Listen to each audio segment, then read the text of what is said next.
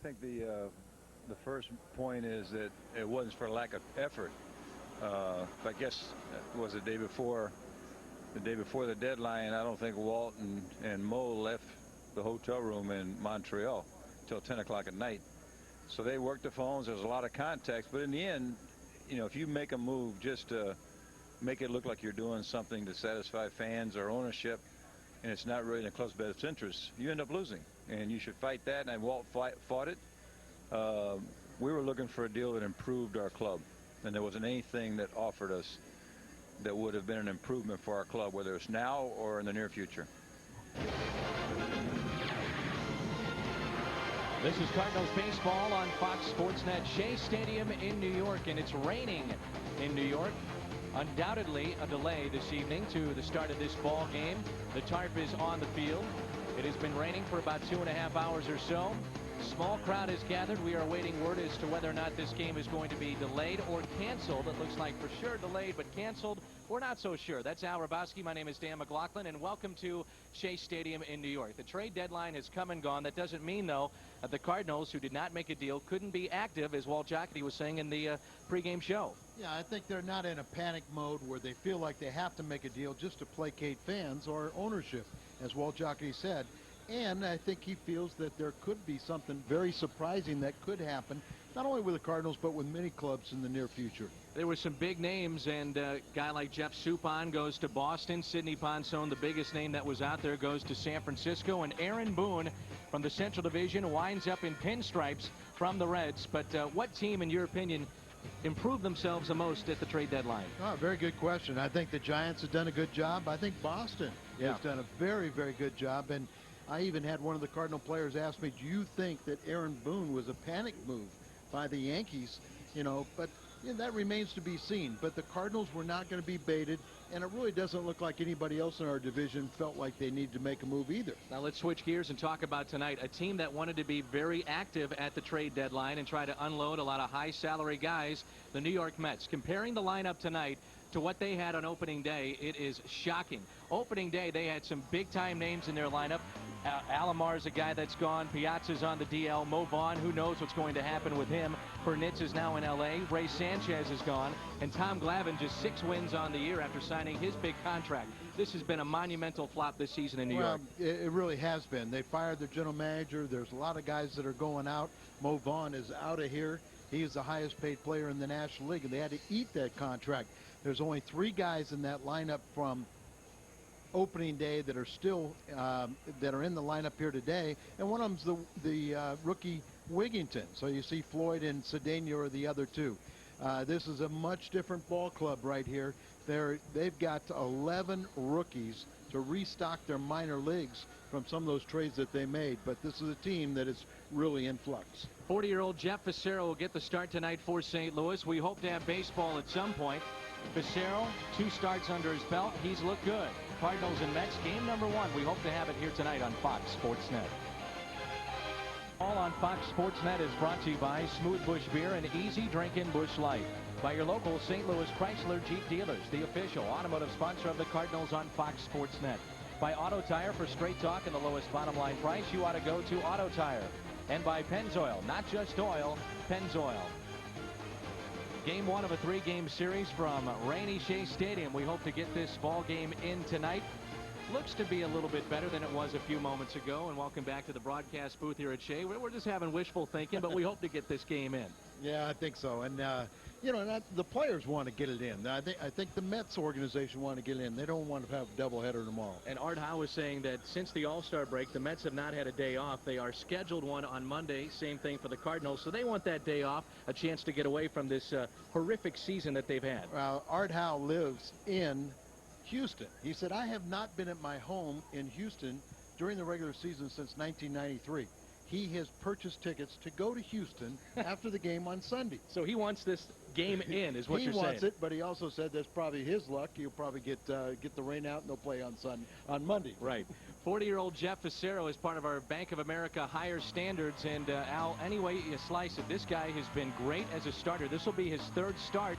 This is something that he brought to the Cardinals in the middle of June, and it has worked out so far. You know, it's not often that you could be the last man on the pitching staff, and that's probably where his spot was on the pitching staff when he was a relief pitcher and go to being one of your more reliable starters. But at 40 years of age, he has given them a shot in the arm and much, much more. What do you see as being the biggest difference relieving to starting? And he says he's more comfortable in this role. Well, I think that's it. The comfort factor is huge. The other thing is when you're a left-handed relief pitcher and you're having trouble getting left-handers out, that means you're not going to have a lot of success. So you go back when you're a starter, people put in right-handers in the lineup against you.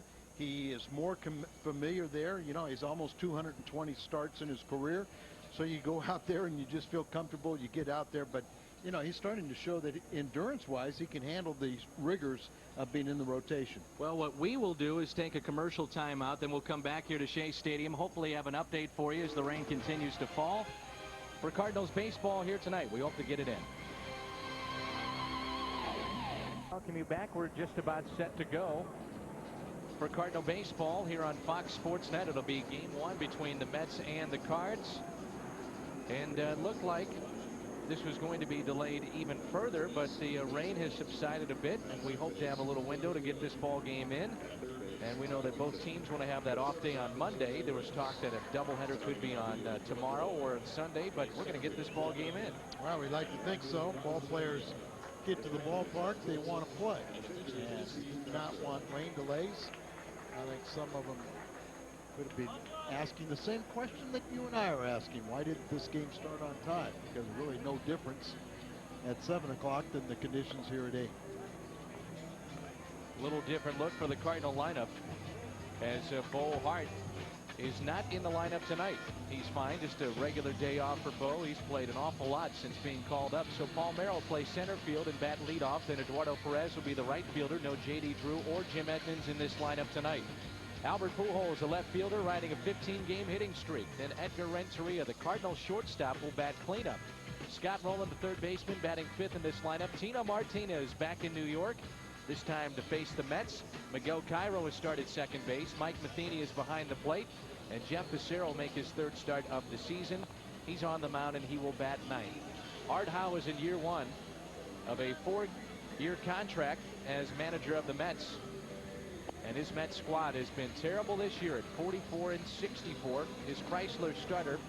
Hey, this guy at one point was a human rain delay. We're talking about Steve Traxel. I mean, this guy takes forever between pitches. He has speeded it up a bit, but man, does he take a long time. Well, you can't understand what you're talking about until you see somebody get on base, because then it's almost automatic. 3 times he'll throw to first. But one of the interesting things to look at, he's a right-hander, 9-game winner. A lot of people say he's been the most consistent pitcher for Art Howe this season, but right-handed batters have hit him to a 340 clip with 15 home runs. Left-handers only 219 with 5 home runs. He is looking for win number 100 in his career tonight. There's our good buddy Joe McEwing. We'll look at the defense. Joe is playing second base.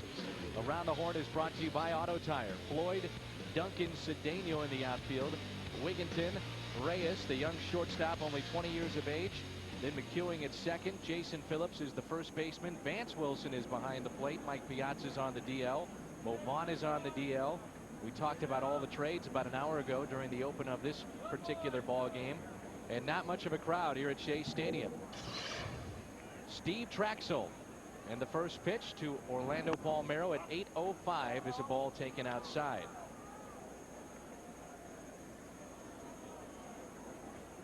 Palmeiro is batting .274.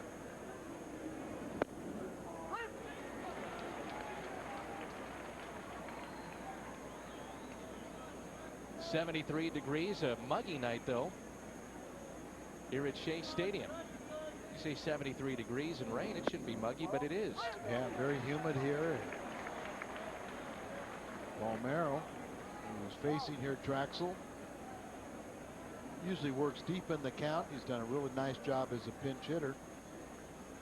And of late, swinging the bat well. A swing and a miss. Nope, he just got a piece, so he's still in there. It's a ball and 2 strikes. On deck man is Eduardo Perez, batting in the second spot in the order, and then Albert Pujols. Cardinals are tied with Atlanta.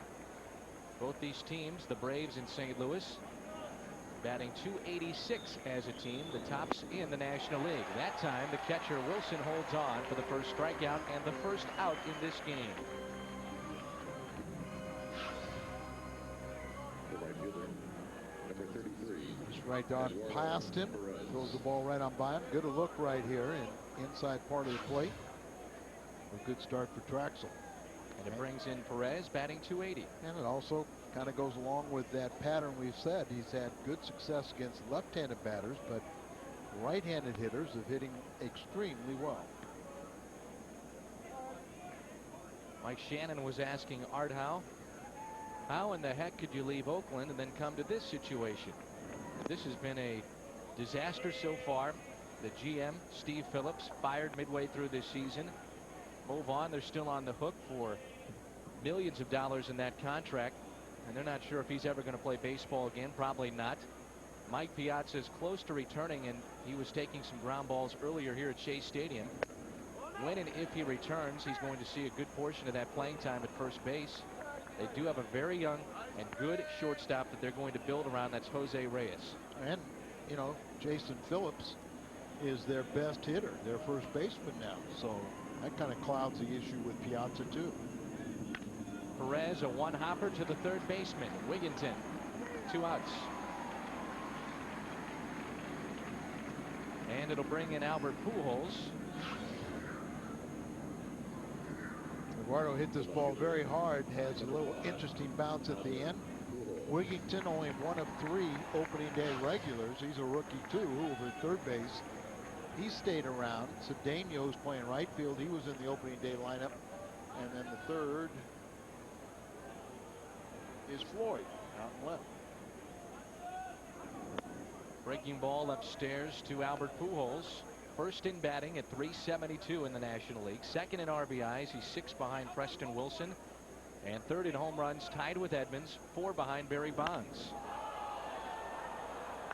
And pulls that one way foul down the left field line. 1 ball and 1 strike with 2 outs and nobody on here in the first inning on Albert Pujols. It is August 1st, and in the month of July, Pujols finished 4th in the National League with 26 RBIs last month. Wilson led in that department with 34. Jammed a bit and hit out of play. Talk about the consistency of Albert Pujols. He's played 16 months in the big leagues. 14 of those months he's hit over 300 or better. Just the month of July, the first 2 years of his career. And there you see his rankings on the Bank of America higher standards, right? That's right. Another one to Pujols. A looping breaking ball. Taken outside, it's 2-2. Extended that hitting streak to 15 games, and the last 3 games has taken the final at bat before he could extend it. That one bounces in front of the plate and then over the screen. That foul ball was a souvenir right side, and the guy caught it with his beer, and it poured all over him, Al. So he's wet not only from the rain but from his Anheuser-Busch product. Traxel looking behind him as the rain is picked up again. Might be worth it for a Albert Pujols souvenir. That's right.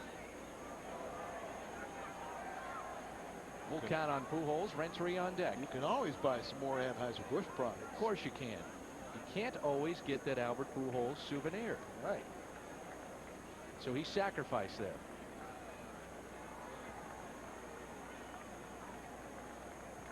The 3-2 pitch. Pulled again by Pujols. It seems like that's a common occurrence. We've seen Albert way out front a lot more of late. And one of the reasons why it's taken that final at bat before it extend his hitting streak. Also #1 in the National League with a .384 nighttime batting average. He said he was uncomfortable, never felt really comfortable at all in that Montreal series. Sticks the bat out, hits it down the right field line. Good piece of hitting. That ball is a foul ball. But that is a good sign to see Albert going the opposite field. That wasn't fouled by much. No, could not be. Not a lot of room down there near the foul line in either corner. We'll do it again. A full count on Albert Pujols here at Shea Stadium in New York. Rain delay of about, what, 55 minutes or so? Approximately. Last time we were here on a Friday night, a little different pitcher on the mound. Roger Clemens. Right.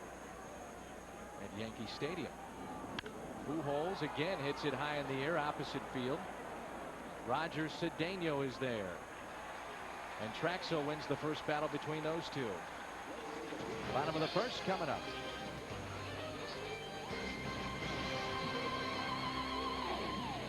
The Mets are at or near the bottom of just about every category, defensively, pitching, offense. It doesn't matter, but this team has really struggled this season. At home, they're 22-31, and they start play tonight 27 games back in the East. A look at their lineup. Reyes will lead it off, a switch hitting shortstop, followed by Duncan and Phillips. Floyd is the cleanup man. Wigginton, the third baseman. Cedeno, the right fielder. Wilson, McEwing, and the pitcher Traxel batting ninth. Jose Reyes. And they are high on this guy.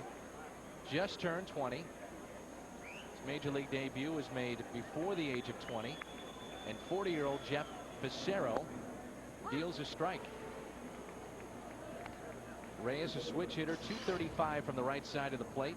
His better side is the other side of the plate at 292. He's batting 274 overall. The 0-1 pitch to him. Into shallow right field. Eduardo Perez. One out. Danny, they've had rookies start almost 300 games this year. That's third most in the major leagues. And there's Jeff Becerro, our Chrysler starter. And you see the numbers for Jeff. Last time he started a game against the Mets was September 17th, '96, when he tossed a complete game 7-1 win at Olympic Stadium, a member of the Expos. He's posted a 1.86 ERA in his first two starts while striking out 12. And compare that to what he did in the bullpen. 45 appearances in the bullpen, an ERA over 7, and only allowed 2 runs in 9 2/3 innings. Well, not only is he more familiar and comfortable with the starting rotation, when you're trying to get left-handers out and you do not do that very well. You know, left-handers are hitting at 388 this year. Right-handers 250. You know, it just makes sense that you're going to face more right-handers. You're more familiar in this role. You got a little more breathing room. He jams him on this pitch. That's Jeff Duncan. Easy play for Tino. 2 down. The first baseman, number 23, Jason Phillips. Well, we mentioned that Miguel Cairo is the second baseman here tonight with Bo Hart having a much-needed day off, a much-needed rest. There's Miguel playing second base. Cardinals defense is brought to you by Auto Tire. Pujols, Palmeiro, Perez in the outfield. Roman Renteria, Cairo Martinez on the infield, and Mike Matheny is behind the plate. Here's Jason Phillips. He is the Mets Player of the Month for July. Why do you think that is? A lefty-lefty combination as far as a left-handed pitcher against a left-handed batter. More times than not is always going to favor that pitcher, but with Becerro, that's not the case. Well, there's certain guys, and a lot of it has to do with their repertoire, that they have more success getting guys out. And I mean, maybe in some cases it takes away his forkball with a left-hander. A lot of times it's a changeup. That the changeup the left-hander throws to the right-handed batters gives him a lot of success, but that pitch is down and in to a left-handed swinger, and it's kind of in their wheelhouse. So it's just sort of one of those oddities. Why is Traxel have so much trouble? Yeah, with his dominant side. So many times, in particular, though, the lefty-lefty specialist in the bullpen, a guy like Klein, a guy like Sauerbeck. Right. You know, those guys have had great success. Well, a lot of times it's that way because you don't see that many left-handers. With 2 outs, nobody on. Phillips reaches out. Hits it down the right field line. Perez on the run, and it's a foul ball. Almost in the same spot where Pujols hit his foul ball. There's 2 strikes. It's 1-2. Eduardo giving chase, and comes up empty. And you'd have to think that was pretty darn close. Phillips was their Player of the Month. He had 36 hits in July. That is the second most by a rookie in the calendar month in club history. Jay Payton in June of 2000 had 37. Our good buddy Greg Jeffries had 35 in September of '89, and Phillips 36 in last month. And he's got the best looking pair of glasses you'll ever see. You think so? I mean, those are just fashionable. He's in New York. You got to be fashionable in New York. We differ on that one. Okay. Well, I can see where you're coming from too, I guess. Thank you. Into left field. It'll hang out there for Pujols. And a 1-2-3 inning for Facero. Top of the second coming up. Top of the second, no score. The Cards and the Mets. Edgar Renteria batting in the cleanup spot tonight. He'll lead it off for the Cards. They're half the second, followed by Roland, then Tino Martinez. Great success against Traxel. It'll be part of our 4-key matchup. And a breaking ball to Renteria. Look at this. Against Traxel, 12 for 30 in our 4-key matchup. The only pitcher that he's had better success against will pitch on Sunday, and that's Tom Glavine. Hits him at 412 and hits this one deep into right field. Cedeno back. He is back, and it's gone. A home run for Edgar Renteria. It just kept on carrying out of the ballpark.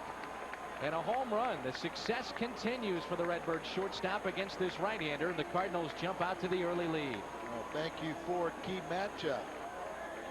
His 12th home run of the year. That surpasses last year's total of 11. And that is the 21st home run allowed by Traxel. Just a ball out away from him, and he just drives it out to right field and over the head and over the wall. Cedeno going back, runs out of room. And here's Scott Rowland, 1-0 Cardinals. Rowland playing in game number 1,000 of his career yesterday. Renteria with his 12th home run. That's 70 RBIs for the Cardinal shortstop. Rowland pulls it to the shortstop, Reyes. Good play. That took a little tricky hop at the end, and the young shortstop stayed with it for the first out. Back to Edgar. This looked like they're set up on the outside part of the plate, and it is a little bit that way, but Edgar just drives it out of the ballpark. Not quite the same response for Tino as we found in the Bronx. Here in Queens, they still like him. A Yankee forever. With one on, nobody on. The first pitch to Martinez is lined to the opposite field. Cliff Floyd coming on, and he makes the play. Seems like every ball that we saw in the series to Cliff Floyd was an adventure in St. Louis. Didn't it seem that way? Yeah, he's got so many injuries. He's out there trying and playing, but he is really handicapped to how well he can move. You could see it right there, trying to go after that line drive. Yeah, it just was, you know, the effort's there, but the body just doesn't move. No. Welcome back to Miguel Cairo. Of course, he had a hit in the series against Montreal in a pinch hitting appearance. This is his first start in quite some time. He's got 5 hits in his last 8 at bats. Told me, why do you wait so long in between those hits, though? Broken bone in his hand might do that. Little peaky.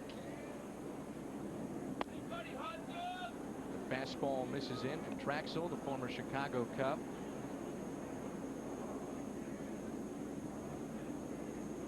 Spent 7 years with Chicago. This is his 3rd year with the Mets. For Traxel, you might figure with a broken bone on your hand, you might want to bust him inside as a pitcher. Well, a lot of times when you know about a hand injury, that is the formula, is you go inside, work them over.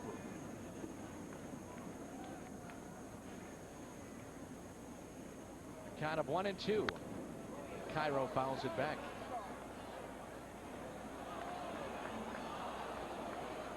There's Edgar Renteria, who has given the Cardinals a 1-0 lead.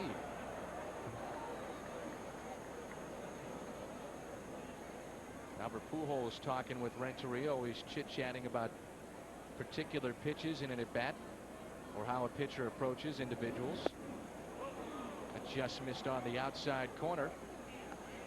Traxel thought he had strike 3. Pujols riding that 15-game hitting streak tonight. The league's leading hitter at over 370.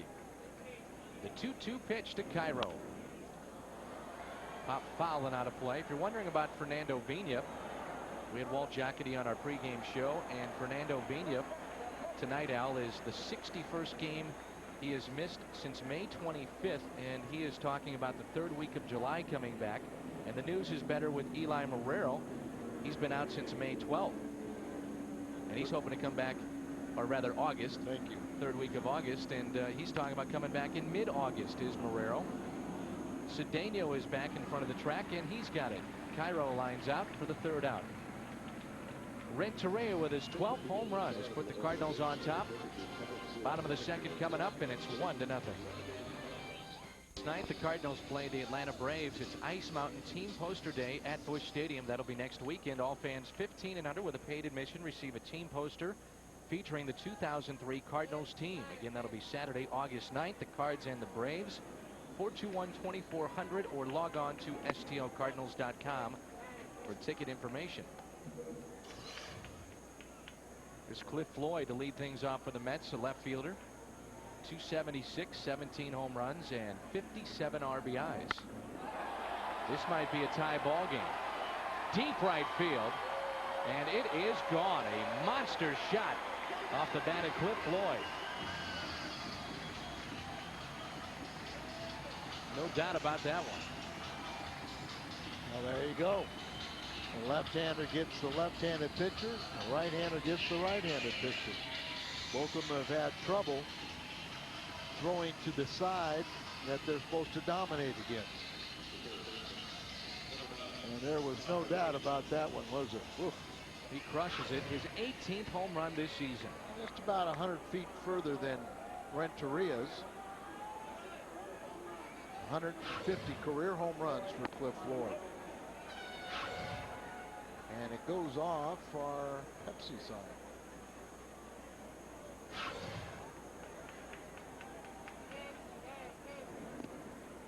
Anytime I see a ball that hits off that kind of sign or anything out on that huge scoreboard, you think about McGuire's home run a couple years ago. That was about maybe 20 yards up and more towards right center.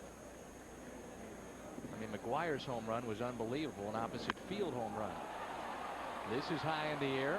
Pujols is back. That's got a chance to leave. He leaps. Did he get it? Yes, he did.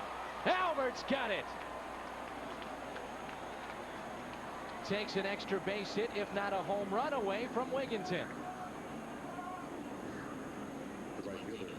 Great play by Pujols. He's looking the video board as Wigginton is too, but goes up over the wall and brings it back. And you always show him. Oh my goodness, and those goggles look worse with the hat on. Heck of a play by Albert Pujols. And here's Roger Cedeno. Boy, he won't hurt you wherever he plays, Albert Pujols, whether it's left field or third base or first base.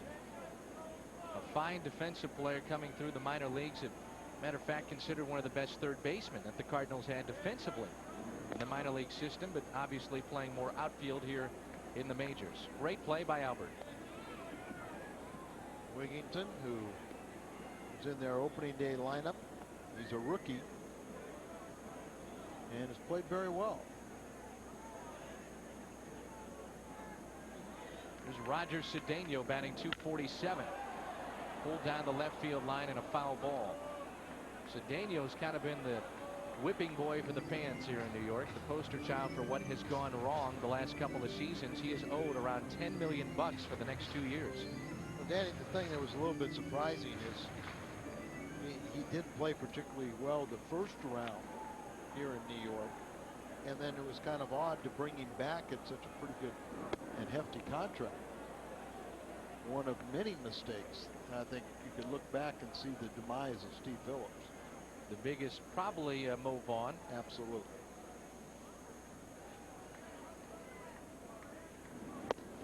A swing and a miss. And some boos from the fans. Number 3. Jerome Bettis fought asthma and critics to become the NFL's Rookie of the Year, but after personal tragedy almost made him leave the game, he went on to become a perennial Pro Bowler. Beyond the Glory shows you the Jerome Bettis you never know. Sunday at 9, and it's only here on Fox. The bus, huh? The bus, the former Ram. Here's Vance Wilson. Batting .243, 7 home runs, and 34 RBIs. With Joe McEwing, Super Joe on deck. The fastball misses in. Cliff Floyd has tied it up here in the second inning. 2 home runs in the game, one by Renteria, the other by Floyd. Some people feel that pitching staff has done better with Vance Wilson back behind the plate. And I think they're talking about Piazza coming off the disabled list in a couple weeks. We said before he was here early at the ballpark taking ground balls. Never been known as a great defensive catcher, but he wants to set the all-time home run record from behind the plate. That's something that he desperately wants to do. And wants to continue his career behind the plate. While others around Major League Baseball think he'd be better served along with this Mets squad if he would play first base. Piazza's second on the all-time home run list for catchers with 343. Chance here for Roland. Backs up. A strong throw to Tino Martinez. And Vance Wilson is retired. Cliff Floyd has tied it up, and it's 1-1. It's our Pennzoil protection play of the game. Albert Pujols taking a home run away out in left field off the bat of Wigginton. Great defensive play. The leap was timed perfectly, and it's our Pennzoil protection play of the game. We're in the top of the third. A score of 1-1. Now, the Cardinals did not make a move at the trade deadline, but neither did the Houston Astros, and they've lost Roy Oswalt on the DL for the third time. Aggravated his groin the other night against Atlanta. And they're hoping that Wade Miller would come around and start picking up some of the slack, which he has not done this year. And Miller gave up 6 runs against the Braves last night in the first inning and lost the ball game. And they did not add anybody. They're in the running for Sidney Ponson and Jeff Suppan, like the Cardinals. And Walt Jocketty also said that he will maintain the vigilance and try and acquire talent if it makes sense and helps the ball club. And he's sure that the Houston general manager will do the same. And Walt thought that this will be the most active baseball has been after the trading deadline. Yeah, I think, you know, one time it was very difficult to make trades after the July 31st deadline. You have to secure waivers on players, but very few teams want to add payroll, so they're not going to block deals. Mike Matheny looks at a ball that's 1-2. Teams must ask waivers on a player before trading him, and the team then could pull back a player if somebody did claim that particular player on waivers. It gets a little more complicated because you can do that the first time. Second time you cannot. You cannot pull them back. Irrevocable waivers. But the case study is a few years ago, Randy Myers was claimed by the San Diego Padres. They were trying to block his acquisition going to another team, and they ended up getting stuck with him and over $12 million in payroll, and he never pitched for him. He was like hurt the entire time. Just misses on the outside corner. Or got hurt immediately, and all they had to show for it was a $12 million bill. Woody Williams and Ray Langford a couple of years ago. Right. So that's the example of that was done on August the 2nd. Both players had to clear waivers. Matheny just gets a piece. It's 2-2. Kevin Millwood is perfect through 5 innings against San Diego. Back on April 27th against the Giants. Of course, he threw a no-hitter.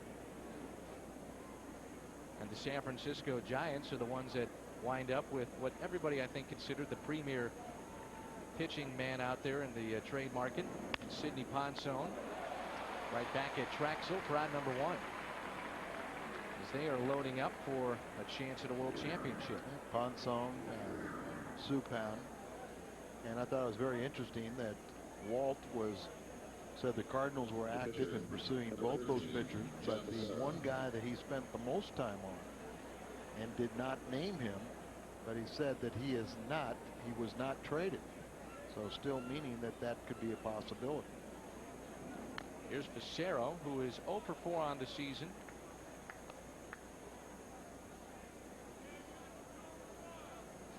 Of course, it really helps to see the way Facero has pitched, the way Garrett pitched last time out. Stevenson was outstanding. Topko was better. Houston, by the way, playing at Florida tonight, top of the 4th. They lead their ball game 1-0. A swing and a miss by Facero. Looks like they're back to action in Chicago as a rain delay with the Diamondbacks and the Cubs. That ball game in the 7th, and it's 1-1.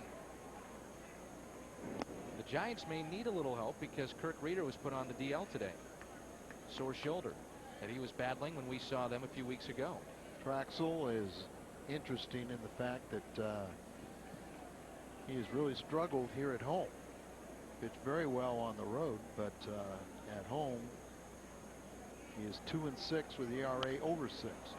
Facero pops it up left side, foul ground, and a play is made. Another dandy in this ball game. Ty Wigginton, a nice play over there. The center fielder, number 16. This day in baseball history is brought to you by Schnucks at Comiskey Park. Red Sox Bill Mamboquette no hits the White Sox 1-0 in 1962. Our Schnucks this day in baseball history. And here's Paul Merrill, who started the game with a strikeout. When Steve Traxel was pitching for Chicago, you might remember, he gave up a pretty famous home run to Mark McGwire, number 62. One of the famous moments in baseball history, no doubt. As Paul Merrill tries to bunt his way on. Wigginton, bare hand play, good throw. Two very nice defensive plays by the Mets third baseman. McEwing, Traxel, and then the top of the order coming up in the bottom of the 3rd.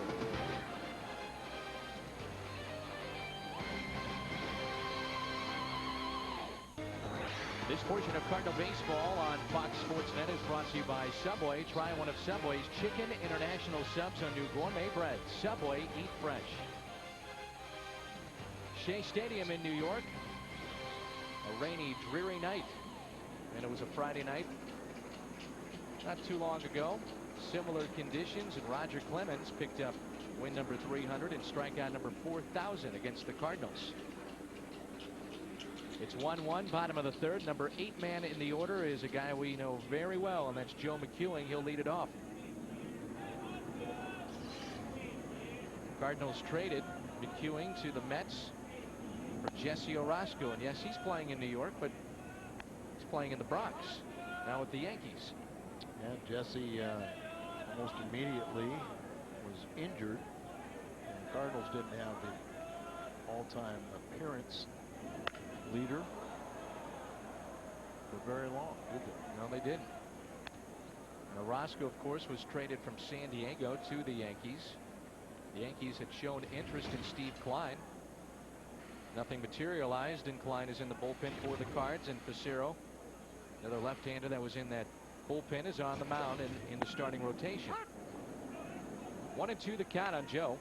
With Steve Traxel, the pitcher, on deck, and then the top of the order, and the young shortstop Jose Reyes. This Cardinals defense behind Facero has played very well, not only tonight but for this entire pitching staff. Since the All-Star break, the Cardinals D just 1 error. And Facero's talked about, hey, throw strikes, put the ball in play. I've been around a long time, and I know that this is one of the best defensive teams I've been a part of. Well, it's just simple. Don't walk anybody and keep the ball in the ballpark. Yep. And these guys with their gloves will win you a lot of ball games. 4 Gold Glovers. Beanie and Edmonds not playing tonight, obviously. And the news on Edmonds is good. Apparently he is going to try to go tomorrow, and if not tomorrow, then on Sunday. He told me today he was much better today.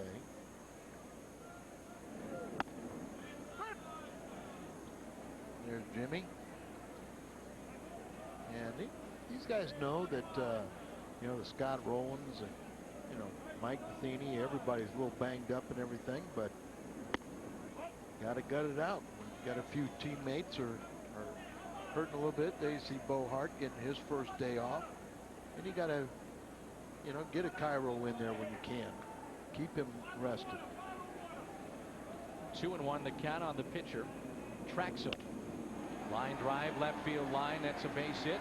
Drops in there in front of Albert Pujols. Steve Traxel reaches. The second hit on the night for New York. So 2 for 34 before this base hit.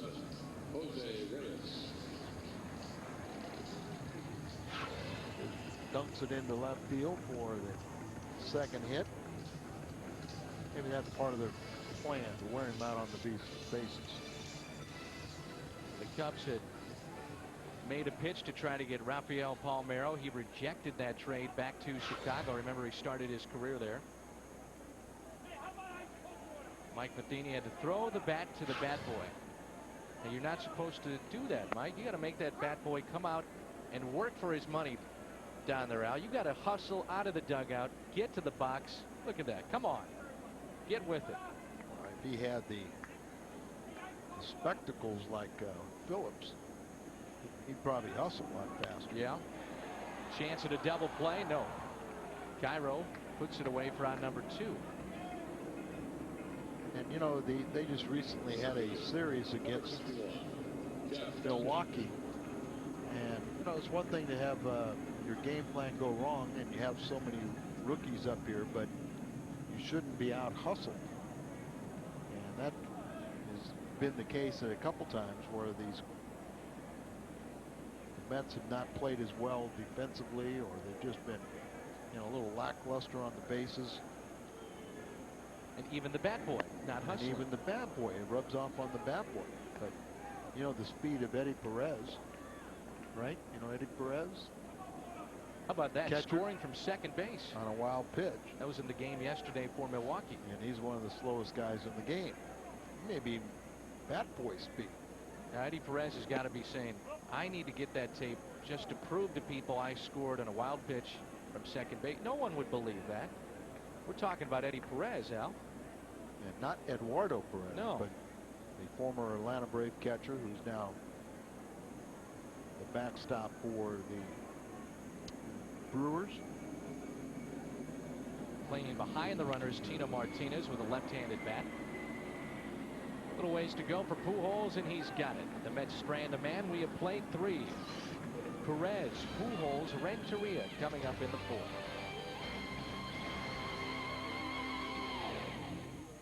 As the season heats up, sport your summer threads. Get your MLB authentic caps, jerseys, t-shirts, and more at STLCardinals.com, the STLCardinals.com shop for all things baseball. Top of the 4th at Shea Stadium in New York. Eduardo Perez will lead it off, followed by Albert Pujols and then Edgar Renteria. Perez's first time up, grounded out to the third baseman. The Cardinals have a home run from Renteria. A solo shot in the second. And in the bottom half of the second, the Mets answered with a solo home run from Cliff Floyd. We're tied at 1 run apiece. Jeff Fassero turned 28 before he made his major league debut. And at the age of 40, he's back in the starting rotation. Is it Andy Benes of 2003 right now and Jeff Fassero? Who knows? But he's been a shot in the arm to the rotation and given his teammates a lift. As Perez shows a bunt, pulls back and looks at a called strike.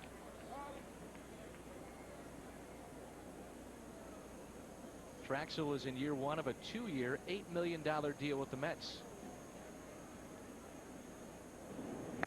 We're talking about how slow he used to work. Finally, Charlie Huff, who was the pitching coach for a while, said to him, you've got to speed things up. They charted him, started doing a stopwatch in between pitches and said, all right, this is what you've done with men on. This is what you do when nobody's on. The fact is, you got to start speeding things up. On average, he was over 30 seconds between pitches. Looking in, trying to figure out what pitch he wanted. If he didn't like it, he'd step off, start adjusting his jersey. And of course, we always talk about how you get your defense back on your heels. Yeah. He's pitched very, very well on the road. He's 7-1 ERA, 360, but only 2-6 and an ERA is 6.22 at home.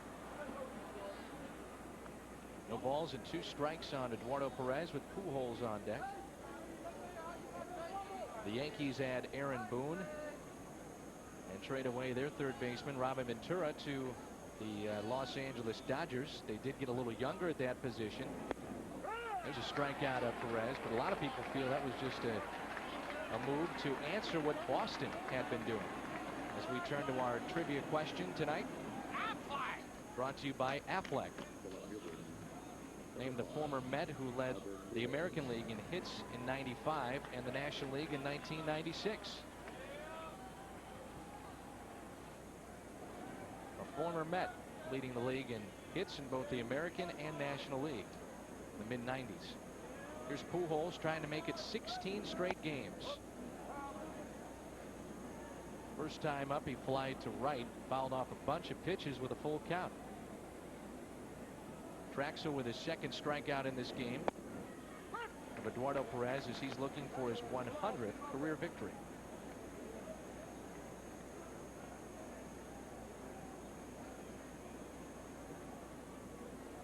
One ball, 1 strike, 1 out, nobody on in a 1-1 game.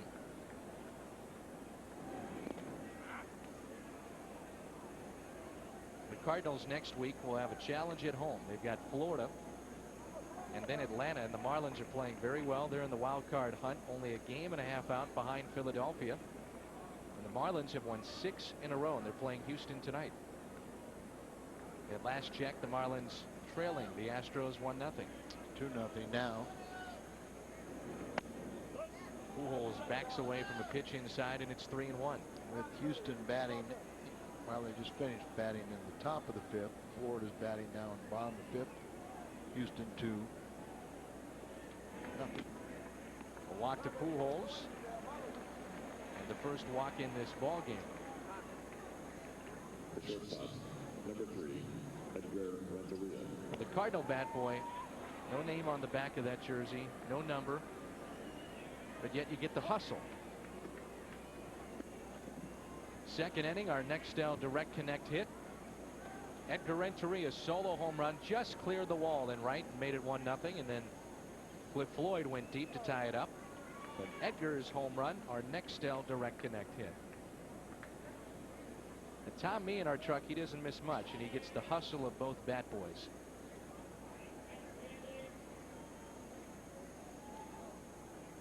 First pitch to Renteria. Big swing and a miss. With Pujols the runner at first, and 1 out. Scott Rowland on deck.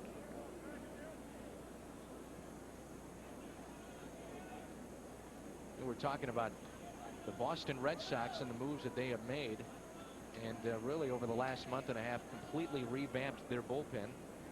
They went into the season closer by committee, but now they've got Byung-Hyun Kim out there, Scott Williamson from Cincinnati. They've got a left-handed specialist in Scott Sauerbeck, and Edgar lines it to the right fielder, Cedeno.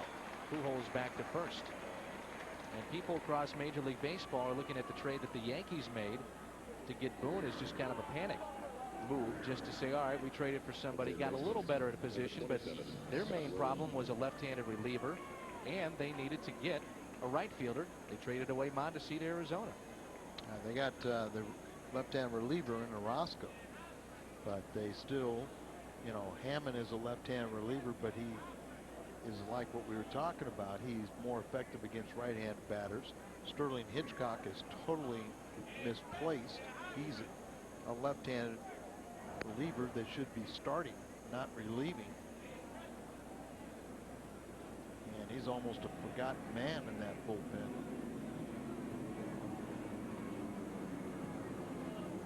Ventura, and I brought this point up to you, Ventura, can play in New York. And you're not sure about Aaron Boone. I mean, you're a guy that has been in those pressure spots as a closer. I mean, talk a little bit about that. Trying to close at Yankee Stadium is a little bit different than trying to close at, let's say, the Great American Ballpark. And if you've got a game on the line, a playoff pressure, packed atmosphere, you just don't know if Aaron Boone is ready for that. That's got to be a little bit of a concern for the Yankees. Yeah, I mean, I think he is. And I think he's the kind of guy that's going to be able to handle it. But you just don't know yet. You just don't know. There's been a lot of guys that have been very good players, but they come to New York and they wilt under that pressure. To give you an idea, Art Howe was talking about, with all the problems they've had, he can still see the light at the end of the tunnel during the game. It's when it's over, he's going, oh, here's my misery. Dealing with the media. Dealing with the media. 2-1 to count on Scott Rowland. Runner at first is Albert Pujols. And by the way, if you're wondering about Pujols in that suspension, he was to meet with Major League Baseball in New York, and that's not going to be the case. It's going to be a meeting with Major League Baseball officials when we head to Philadelphia, so that's been pushed back to then. And until then, he'll continue to play. Not that you want to see him come up with some little nagging injury, but if he does. Rowland extends the inning with a base hit up the middle. That's when you see maybe he'd sit out a game or two. But I think they're pretty confident that if there's an appeal process, and with his history, no problems at all, as you see the base hit by Rowland, that it probably would be reduced to one game, but you just don't want to even think about life without him for one game. And Tony La Russa has made the point, and I think it's valid, that if Albert Pujols is going to be suspended, how can Gary Bennett, the catcher, not receive any kind of action from Major League Baseball when he instigated it, got in Pujols' face? Now, Albert did throw the punch, but still, there's got to be some repercussions for what Bennett did.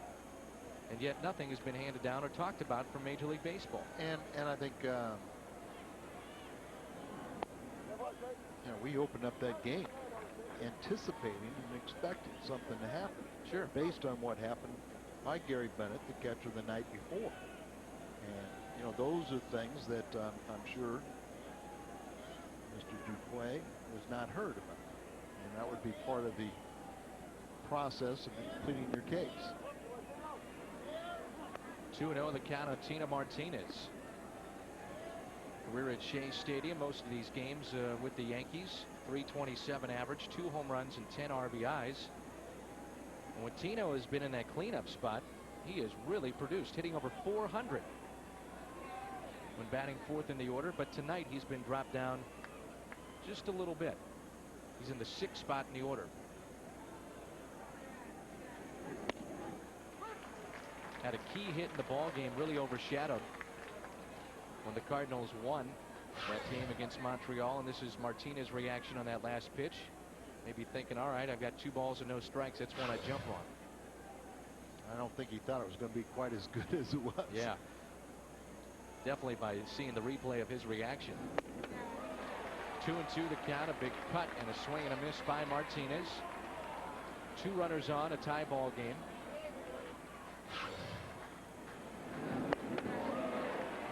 Sounded like he caught the catcher with the follow through, and the bat hit the mask of the catcher behind the plate. That's Vance Wilson.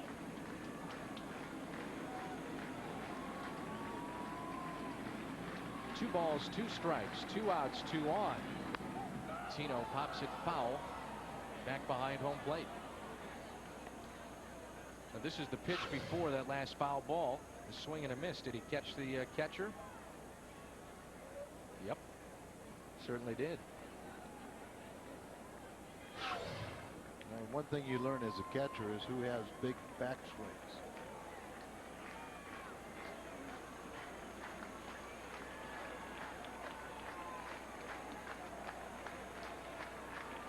Raxel set.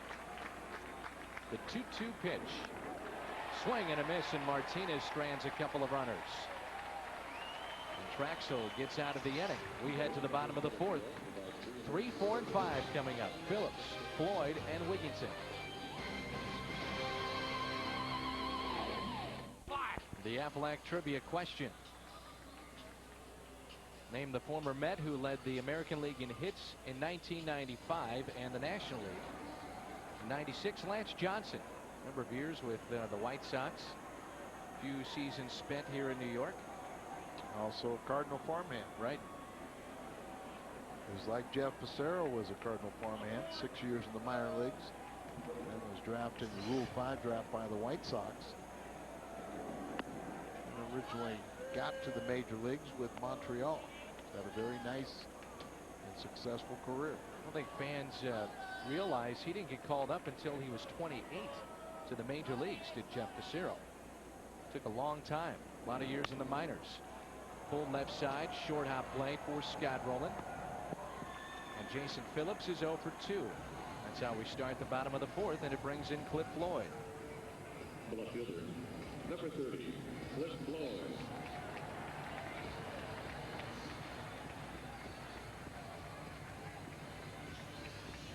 Ty Wigginton on deck. Here's Floyd. He's 1 for 1 with a solo home run off the Pepsi sign and the scoreboard in right field.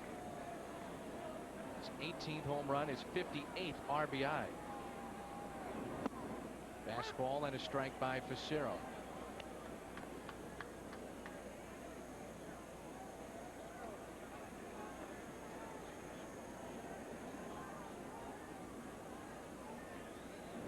Cliff Floyd, one of the free agents that was brought in during the offseason.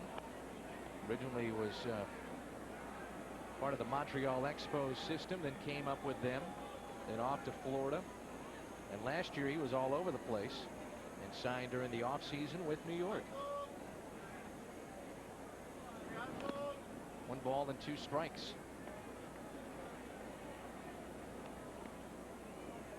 For Cliff Floyd, it was career home run number 150 off of Jeff Facero. Had a lot of injuries in his career, and I wonder how good those numbers would be, but he's trying to stay in there through a lot of pain now. It's an odd swing. He was tied up. Now where's Bob Watson on that? You can't have those kind of pants now. Maybe he grew or shrunk a couple inches with all these injuries. So they were form-fitting at the beginning of the season. Facero doesn't get the call.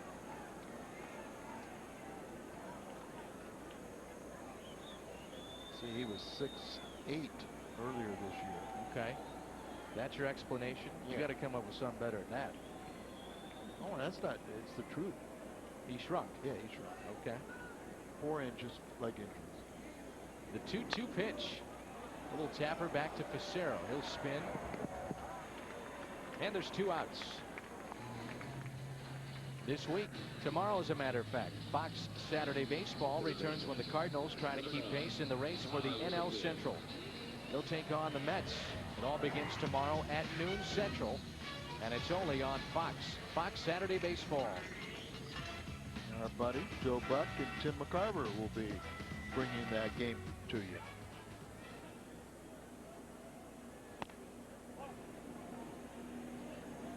Sure, at the beginning of the season, you're looking at that 2 months to go in the regular season. You say, all right, the Mets and the Cardinals is going to be a good matchup. 2 teams possibly headed to postseason play, and instead the Mets start 27 games out tonight. Good pitch by Facero.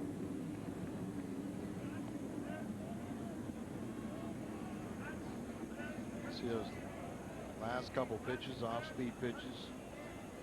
You see him throw those to the right-handed batters and not to the left.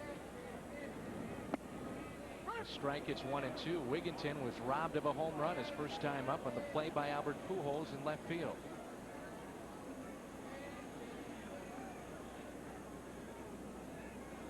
Was right by that Bud Light sign on left. The 1-2 pitch. 2 and 2. Well, it really wasn't that close, but it's that time of night for the truck. Yeah. You got to show where Albert's standing, right in front of that Bud Light. Well, that makes more sense. Those guys have been working hard all day, and we had a rain delay. They have a camera right on that side. Right back to Facero. And he sets down 3, 4, and 5. 1, 2, 3. And we head to the 5th in a tie ball game. Hitting coach looking on. Batting average, hits and doubles this season. Look at the batting average, #1 in the National League, and something that you don't see on that graphic are the strikeouts. The Cardinals have struck out just over 600 times. That is way down from a couple of years ago. Putting the ball in play a lot more this season. Our Bank of America higher standards as Cairo pulls it just foul for strike 1. Miguel Cairo to lead it off for the Cardinals as we play here in the top of the 5th. Cairo, Matheny, then Facero.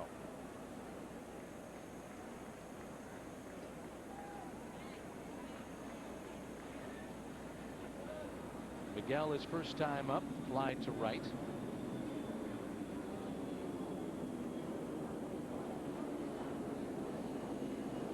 Here's Jeff Facero as he'll pitch into the 5th inning in his 3rd start since his return to the rotation. He's thrown 52 pitches so far tonight in the first 2 starts.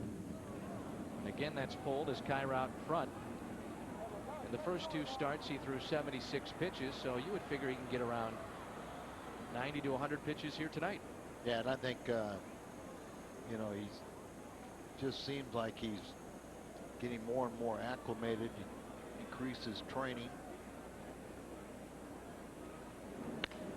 1-2 lifted to center field. Duncan back and makes the play. The last time out he pitched at home, it was 90+ degrees.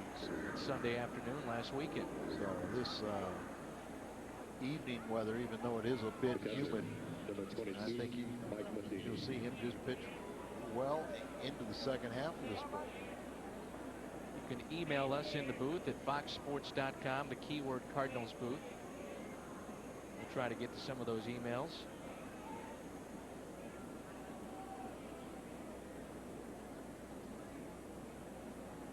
Mike Matheny lined out back to the pitcher his first time up and lifts this one to right field.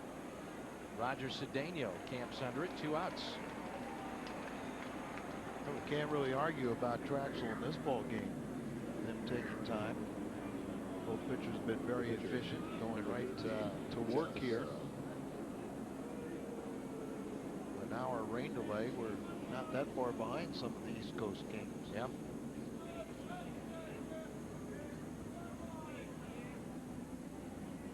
Two outs, nobody on. Here's Facero.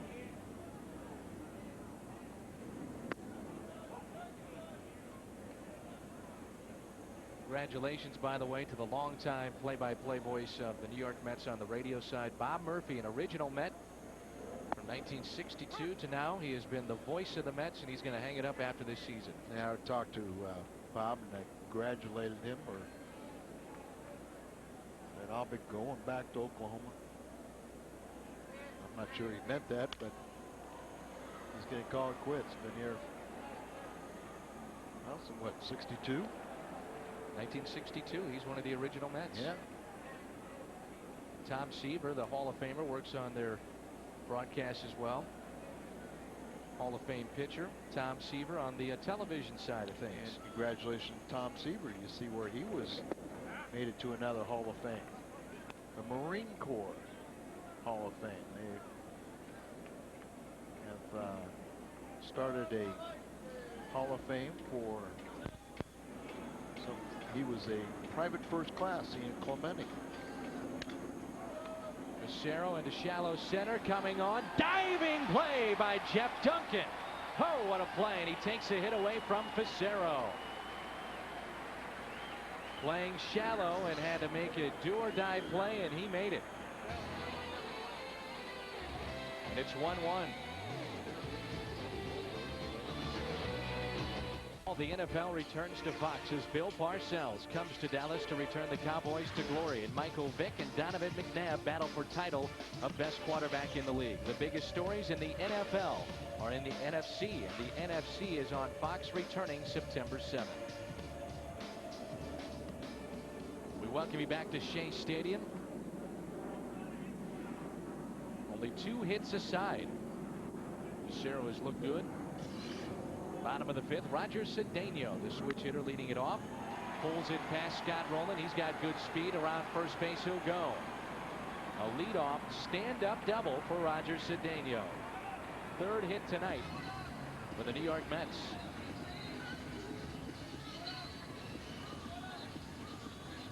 Leadoff double. They're playing him around the opposite way. And off-speed pitch way out there.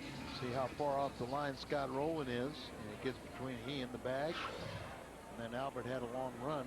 And Cedeno ends up with a double.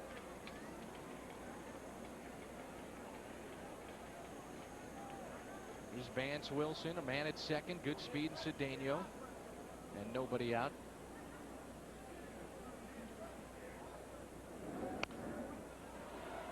Joe McEwing is the man on deck.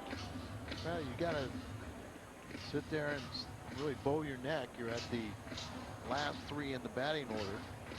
An area where you should dominate. You still have to execute pitches, but you just work a little bit harder to retire these guys and don't give up the go-ahead run. Room to the left side. His first time up. He grounded out to Scott Rowland. Hits it to the right side. Diving play by Martinez. Takes a hit and an RBI away. Wilson does his job as the runner moves up from second to third. There's just one out. Well, very productive out and good glove work by Tino Martinez to keep this a 1-1 tie. Right-handed batter, you expect him to hit it to the other side of the field and not to your glove hand and make a play right over the first base bag. Cedeno does advance to third base, and now this is the key at bat right here. Got the pitcher on deck, and this is Joe McEwing. Traxo waiting.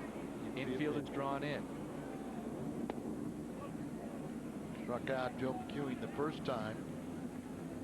Look for the pop-up in the infield. There you see the defense. And what you're trying to do is just play with the guys on the infield.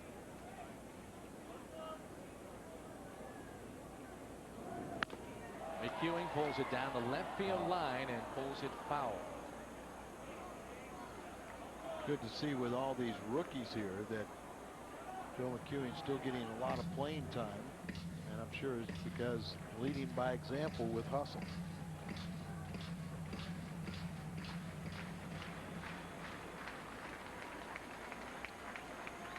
One ball, one strike, one out. Cedeno, the runner at third base.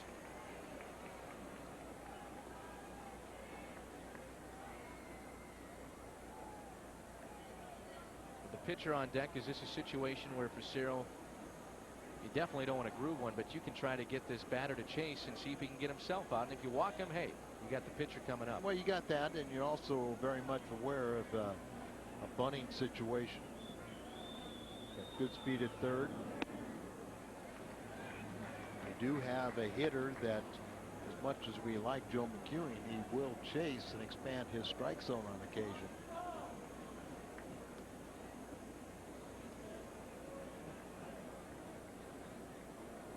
Arizona and Chicago tied at 1 in the 10th inning, and by the way, that was a 2:20 Central Time in the afternoon start at Wrigley Field. I like that. Over a 3-hour rain delay in the Windy City. Here's the 2-1 pitch.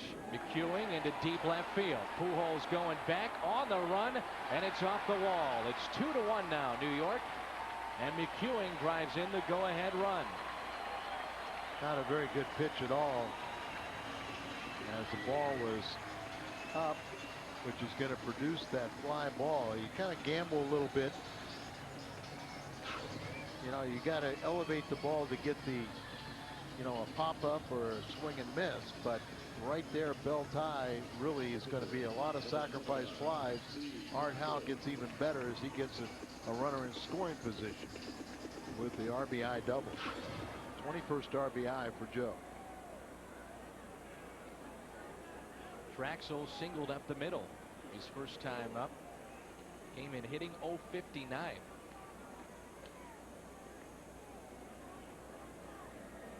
Cicero steps off. The corners are playing in. That's Tino Martinez at first and Rowland pretty much even with the bag at third, but well off the line.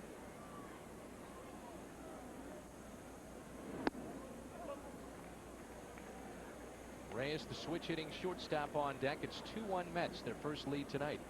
St. Louis has won 14 in the last 18 meetings between these two teams, including the last 5.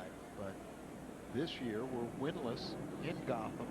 You know, we swept the Mets earlier at Busch. And swept by the Yankees at Yankee Stadium. And the Mets have lost 17 of their last 22 games.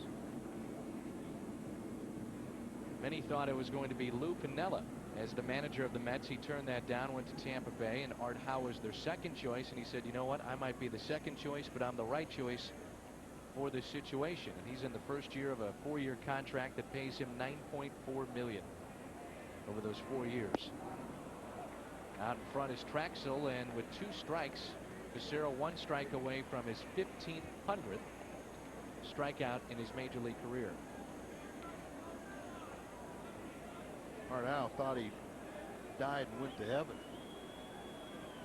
leaving the small payroll market Oakland team. The 1-2 pitch. A foul ball. And coming to New York, where they have the second highest payroll in all of baseball, just behind the New York Yankees. And we're going to show you this lineup that the Mets had on opening day, and this will blow you away when you think about some of these guys that were in that lineup. Vaughn at $17 million. Piazza is on the DL. Burnitz is gone. And Tom Glavine at $11 million has picked up just 6 wins on the season, their opening day starter. And I've been told by Met personnel he will not make the start on Sunday. The 1-2 pitch. Traxel, ground ball to Cairo. 2 outs. Glavine tweaked his side in his last start, and that will be Garrett Stevenson, due up in the rotation for the Cardinals, coming off a complete game against Montreal. He'll go on Sunday for the Cardinals. Brent Tomko tomorrow in the game of the week.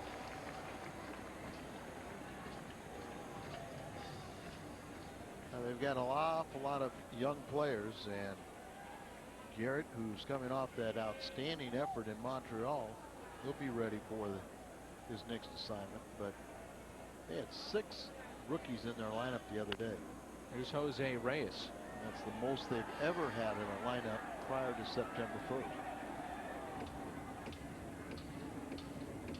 And the opening day lineup, such a different look to what you see now. Remember, Roberto Alomar was the second baseman. Cliff Floyd is here, obviously. Piazza, Vaughn, Wigginton, but Burnett, Sanchez, and Glavine. Roger Cedeno was a leadoff man then. I mean, that's completely a different look than what you see now. And Reyes was not expected to make the jump from the minor leagues this season, but with the problems that they've had, they said, let's make this thing move even quicker. His progression to the majors, and here he is. And at least they've been lucky. He's 0 for 2 on the night, but came in batting .274. He's a switch hitter, batting .292 from the left side, his strongest side. So he's been able to hold his own. Fastball just missed on the outside corner. It's 2-1. You always worry about bringing up a 20-year-old kid and having him fall on his face. And would that do permanent damage to his psyche? Just turned 20.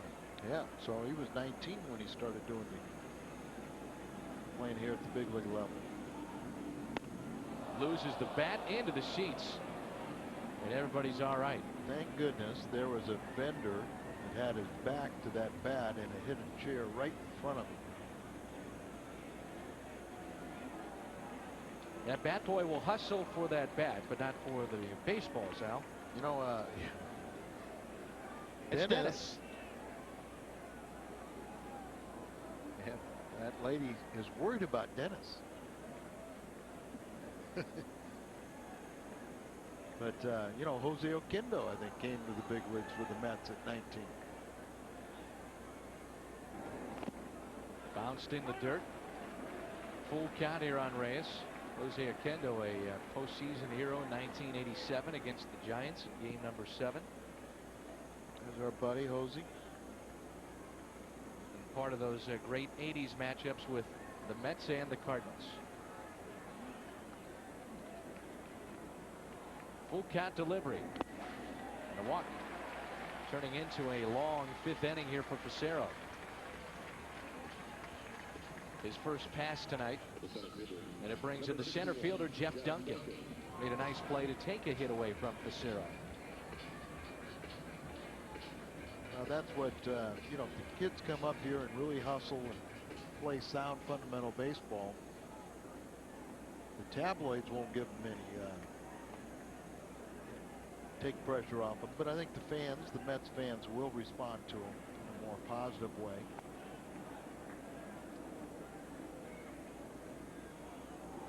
When you're trying to compete for the back pages of the tabloids here, you better win.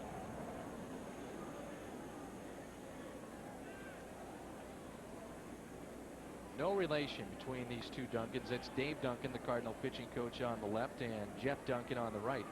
Of course, Dave does have 2 sons playing professional baseball.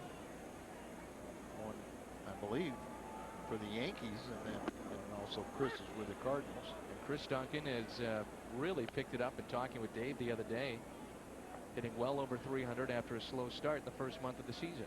Well, a lot of times what happens with Chris Duncan is every year he's like the youngest player in the league that he's playing in, and it takes him a while to get going. The second half usually starts finding his own.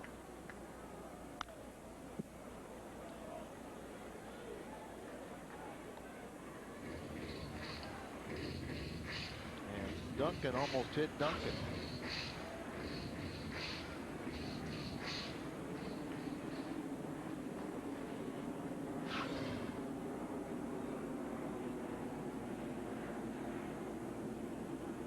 To the count on Jeff Duncan.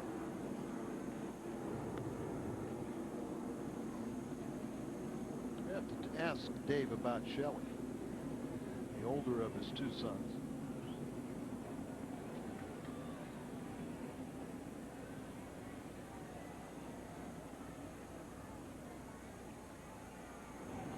A swing and a miss, and strikeout number 1500. Nope. No, now they're saying it hit the ground. And Tony's going to argue, and I'm sure they'll ask for one of the other umpires to, and Larry Poncino is telling him, the third base umpire, that it bounced. So in the argument, let's see what, if we can see definitively what it does, and it bounces. So they got the umpires got the correct call.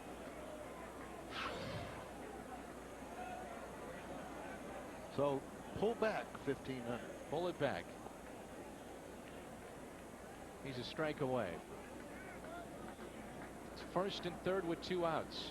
The Mets leading by a run. It's 2-1.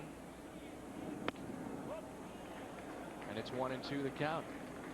This has been a long inning here for Facero.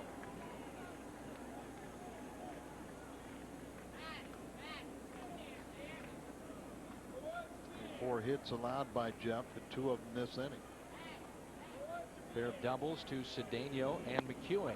There you go. Strikeout 1500 in the career of Jeff Facero.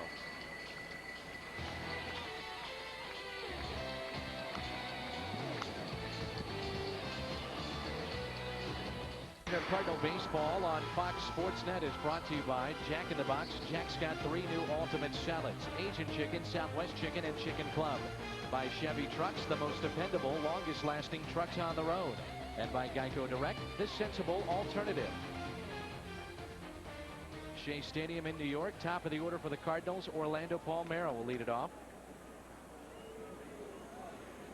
2-1 Mets. Palmeiro, Perez, and Pujols for the Cards. Redbirds with only 2 hits tonight against Steve Traxel. A looping breaking ball taken for a ball. Palmeiro has struck out swinging to start the ball game, and also grounded out to third base. 0 for 2.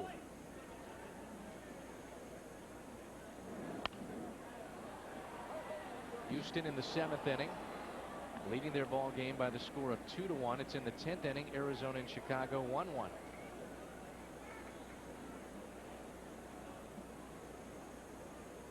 Mentioned that the Mets are at the bottom of just about every category defensively, second from the bottom. This has not been a very good defensive team at all. We saw that in the series against St. Louis. And one of the worst defensive series in the major leagues you're going to see. That included Roberto Alomar. Now he's with the White Sox, and Chicago's starting to play very good baseball as they swept Kansas City, and they start play tonight, just a game back of the Royals.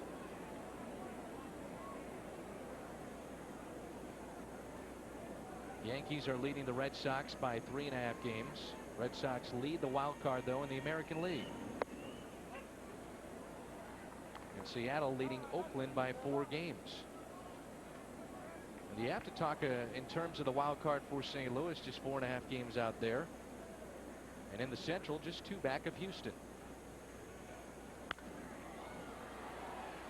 It was something that we just never thought of with a wild card, and I think our best bet is to win the division, but it does give you another alternative.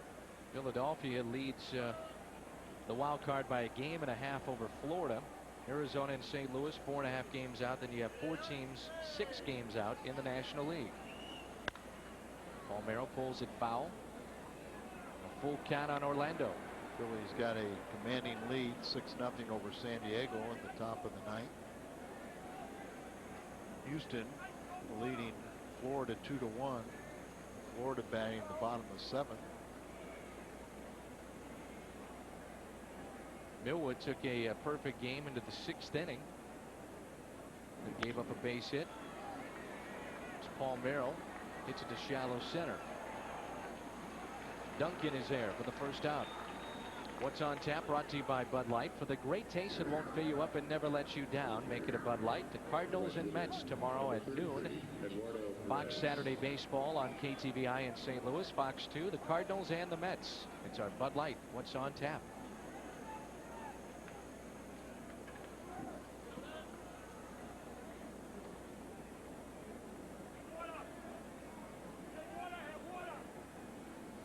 Eduardo Perez 0 for 2. Strike 1.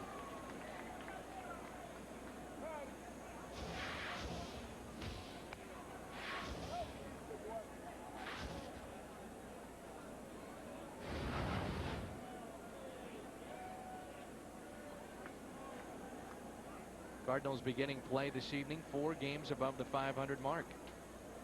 5 games below 500 on the road. They're 56 and 52 overall. Tony La Russa and the Cardinals. Tony was teammates with Art Howe back in 1974 with Charleston of the International League. And Art Howe finished up his playing career in St. Louis. Cardinals released him in 1985. He went right to coaching with Texas. And now in his first season with the Mets. You look at Art Howe's coaching staff. Don Baylor, a former Cardinal batting coach. Matt Gallant, he had a son that was in the Cardinals minor league system. Denny Walling was a good pinch hitter for Tony La Russa's championship teams. There's Matt Gallant. Perez pulls it just foul down the third base line.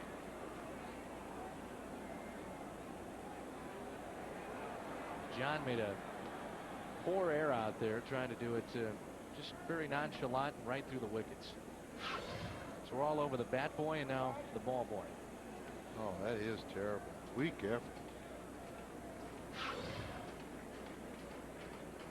Well, you got to get down on a knee if you have to.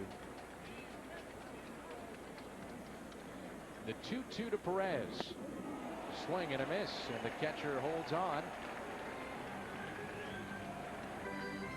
Fielding percentage over John, the ball boy. The Mets second from the bottom.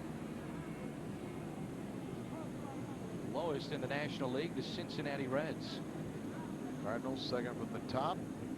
Our ball boys and bad boy. Our ushers and usherettes without a glove make better effort than that. Yeah. Here's Albert Pujols. He's walked and flied to right. Pujols first in batting average, second in RBIs, and third in home runs. Barry Bonds with 33 to lead the home run department. His club is tied up with Cincinnati 3-3. That's in the 8th inning. Philadelphia holds on to win their game 6-0.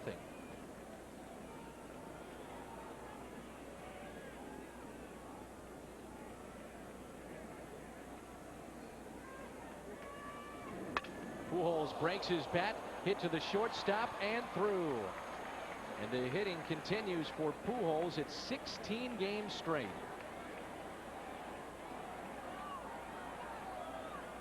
See the dangerous Maplewood bats that when they break, they explode. And Kendall picked that barrel and the big part of the bat up. He was feeling the point. I'm worried that someone is really going to get seriously hurt at some point.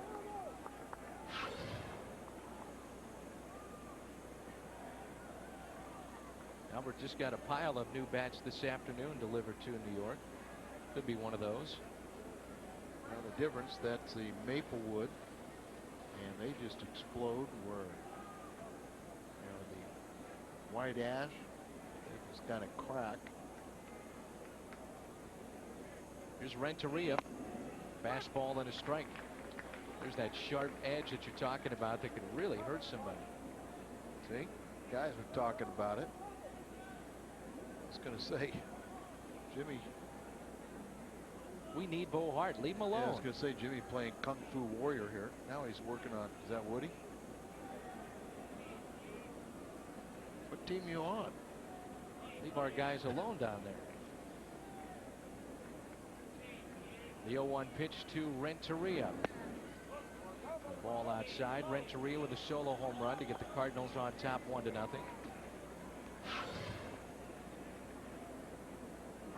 Woody Williams.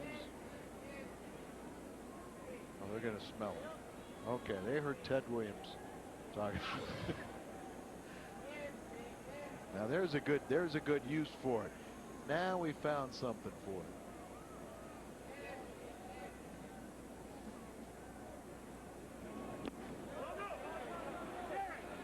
We don't need tongue depressors anymore when we got Sam's bats. And they're so kind, they're going to clean other people's shoes. Bo is helping out. It's Pacero. He's probably saying, will you please just leave me alone? With the kids in the attic, you know. I mean, look at his reaction. See, this is why you play guys every day. I mean, he hasn't even flinched. He's just saying, will you leave me alone? Well, he's used to playing with the kids in the attic from the bullpen. No wonder he wanted to get back to the rotation.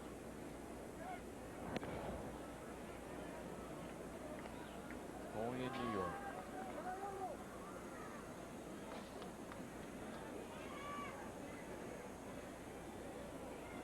Now Edgar, we talked about why he's in the 4th spot today. Because of what he did in the 2nd. He came in batting .400 against Traxel. And here's what we normally see when, as soon as Traxel gets somebody on base, he has to, under orders from himself, his mother, or somebody, that he has to throw over 3 times. We had a 55-minute rain delay. This guy will make a game come to a stall. Renteria drops down a beauty. Stayed fair, and it won't. Almost stayed up on the lip of the grass. Instead, it just rolled foul. Wigington had nothing else to do but to let it take its course of action. It looked like a sure thing.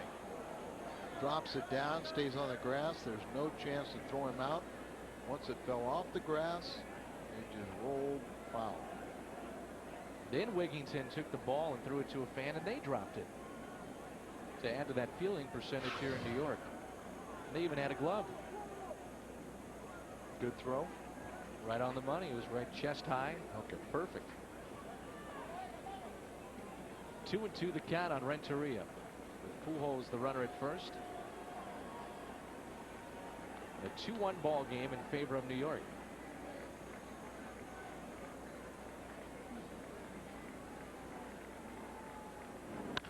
Edgar into left field with a base hit. The Cardinals' 4th hit on the night. Amazing how some guys just feel so comfortable against certain pitchers, and whatever they throw, it just doesn't matter. Home run to right field the first time. This the ball on the inner part of the plate. Nice controlled relaxed swing, and just another BB off his bat right into left field for his 2nd hit of the night, and the only time they retired was a line drive to right. Another multi-hit game for the Cardinal shortstop. One of the league leaders, if not the league leader in that department. He's got 46 now, and he is ahead of Albert Pujols in that department now. And they were tied. Albert's got his 1 hit. Maybe he can get another multi-hit. That's the same thing we're looking for from Scott Rowland. At the very least, let's hope he can tie this game. It'll take a 2-out hit to do it. Fastball and a strike. Martinez on deck if Rowland can extend it. Singled back in the 4th his last time up and grounded out to the shortstop Reyes his first time up.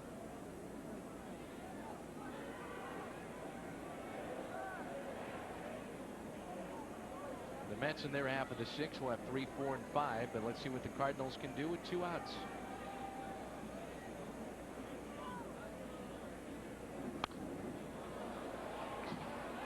Oh, and 2. Got ahead of him. Scott Rowland 8th in the National League with 31 doubles. Another one would look very nice. Traxel is working considerably slower with 2 runners on, and these infielders getting a little bit edgy out there. Well, that's what happens, and that's when they get back on their heels and don't make the good plays behind a pitcher. He is much improved in that department, though. 1 and 2 the count. And like you said, he's been their most reliable pitcher this season. Yeah, Al Leiter's won 10 games. And that's what Traxel's trying to win, his 10th game. But look at him manicuring the mound, pawing around out there. Usually throws to bases. He has been on. Everything comes to a grinding halt.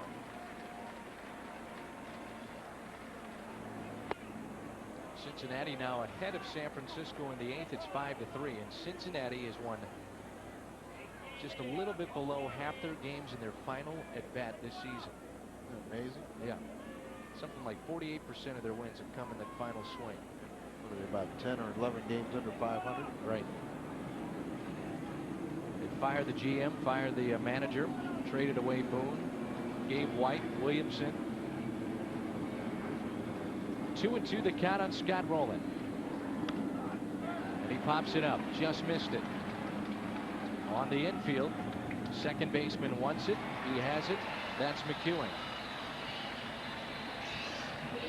And it stays a 2-1 Mets lead.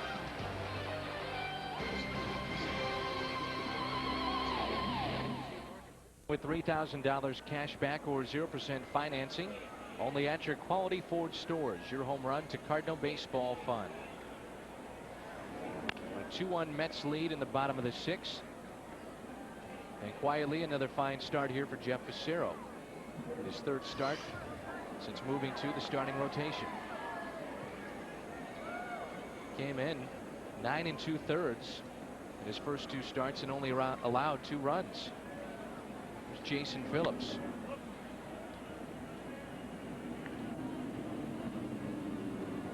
Getting some emails concerning Chris Carpenter, and it's our understanding he's been shut down for the remainder of the season. And we really have not heard the results of the MRI after we left, but it didn't sound like he was going to be pitching this year at the major league level. We touched upon this earlier. Fernando Vina, 3rd week in August, so about 3 weeks away. That's what he's targeting for. Eli Marrero has been out since May 12th. And it looks like mid-August he's going to return probably before Vina. Right. He was doing baseball activities when we were home last. Makes you wonder if, though, Eli could do any catching with the kind of injury that he had.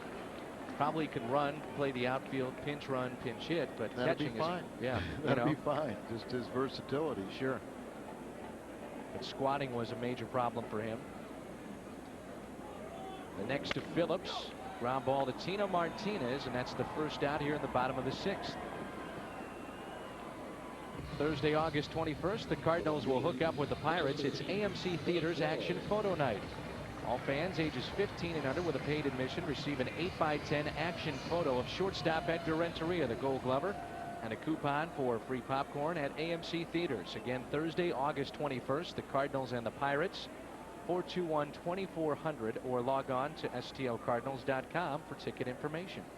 Hey, top of the 11th inning. Arizona picks up a couple runs. Still batting against Chicago in that 2 o'clock start time. 2:20 to be exact. 2:20. We don't want to lengthen the game by any means. But couldn't happen to a better team to be playing that long. Here's Cliff Floyd, who was homered tonight. Number 150 in his career. Jeff Fassero struck out number 1,500 in his career. So a couple of personal milestones, and Steve Traxel trying for win number 100. These two guys already got theirs. We'll deny Traxel. Floyd, a good job of hitting there, goes to the opposite field, but Pujols makes the play. Hit it well, but carried out to Albert. The third baseman, number 9, Ty Williamson. One out away from pitching 7 innings in only 81 pitches to this point. Very efficient, and he's done that in the first 2 starts. Yeah, I mean, that's, you know, he said, you know, I'll go out there and try to attack people with my sinker. I don't know if you get the same feeling, but in watching him, to me, and it's kind of reversed with Simon Tachi, I just think Jason is more aggressive in the bullpen as opposed to what he does starting, and Fassero vice versa.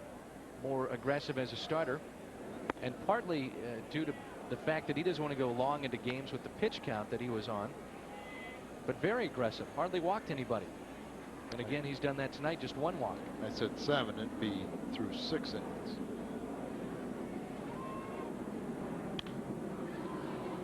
Ty Wigginton pops it foul, a ball and 2 strikes. Not much of a crowd here at Shea Stadium. A rain delay just under 1 hour to start the ball game. A wet, dreary night. Well, they're taking a beating as this ball club is changes complexion from being a contending team to really a rebuilding ball club. And they've acquired like about 11 rookies or young minor league players to restock their system. Do some of the trades of the veteran players and dumping salary. And some people just think it's kind of a snooze.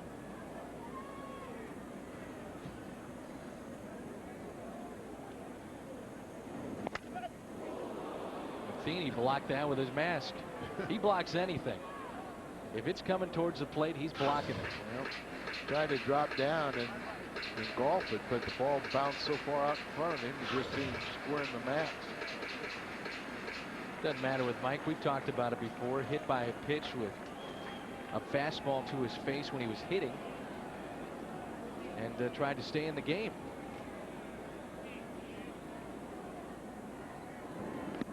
Blocks another one, and it's a ball to Wigginton. So walk number 2 tonight for Fassero. This is what happened. Kind of recapping if you're just joining us. We had a rain delay about 55 minutes. Albert Pujols, the former Rookie of the Year a couple of seasons ago in his 3rd season, has extended his hit streak to 16 games. Edgar Renteria, a solo home run to give the Cardinals a brief 1-0 lead. Cliff Floyd tied it up in the bottom of the 2nd. And it was a pair of doubles in the 5th inning for the Mets. Cedeno and McEwing, and Joe, the RBI double, has made it 2-1. And with 2 outs, here's Roger Cedeno.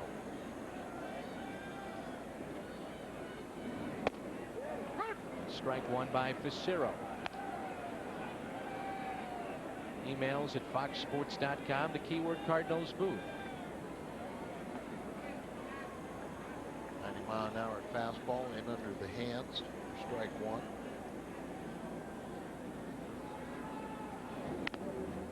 Took something off there, and it's strike 2 and a foul tip.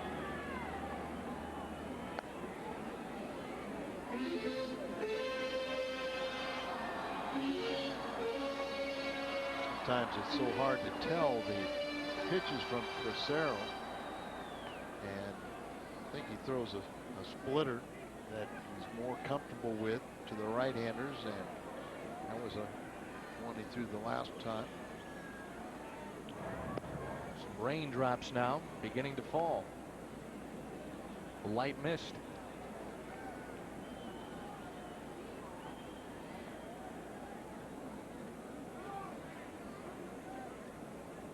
Throw a fastball, but up, get him to chase it.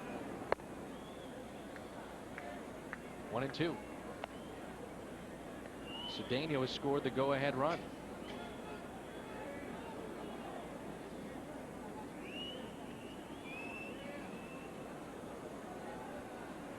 Vance Wilson waiting on deck if Roger Cedeno can extend the inning. 1 ball and 2 strikes. Ooh. Gyro and Renteria are walking off the field. They thought they had strike 3. Fastball on the inner part of the plate.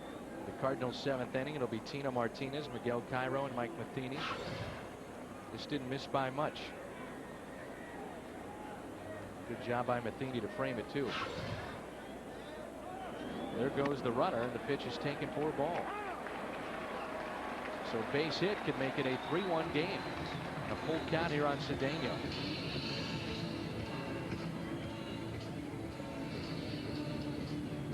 Getting emails about Chuck Finley. Now that's done, right? Yep, and it's I was talking with some scouts before the game, including a scout from Houston was there, and everybody was in agreement. He's through.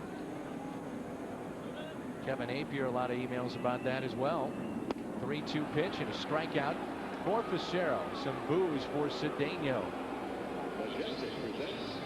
7th inning coming up, and Martinez will lead it off when we come back.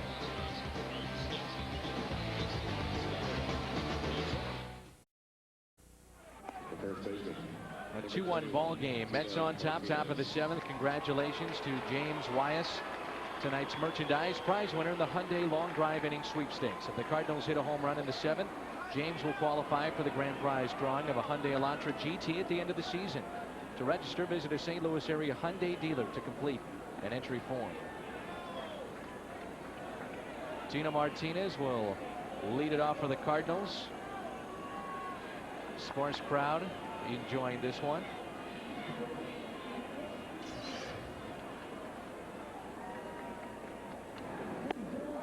Way upstairs to Tino.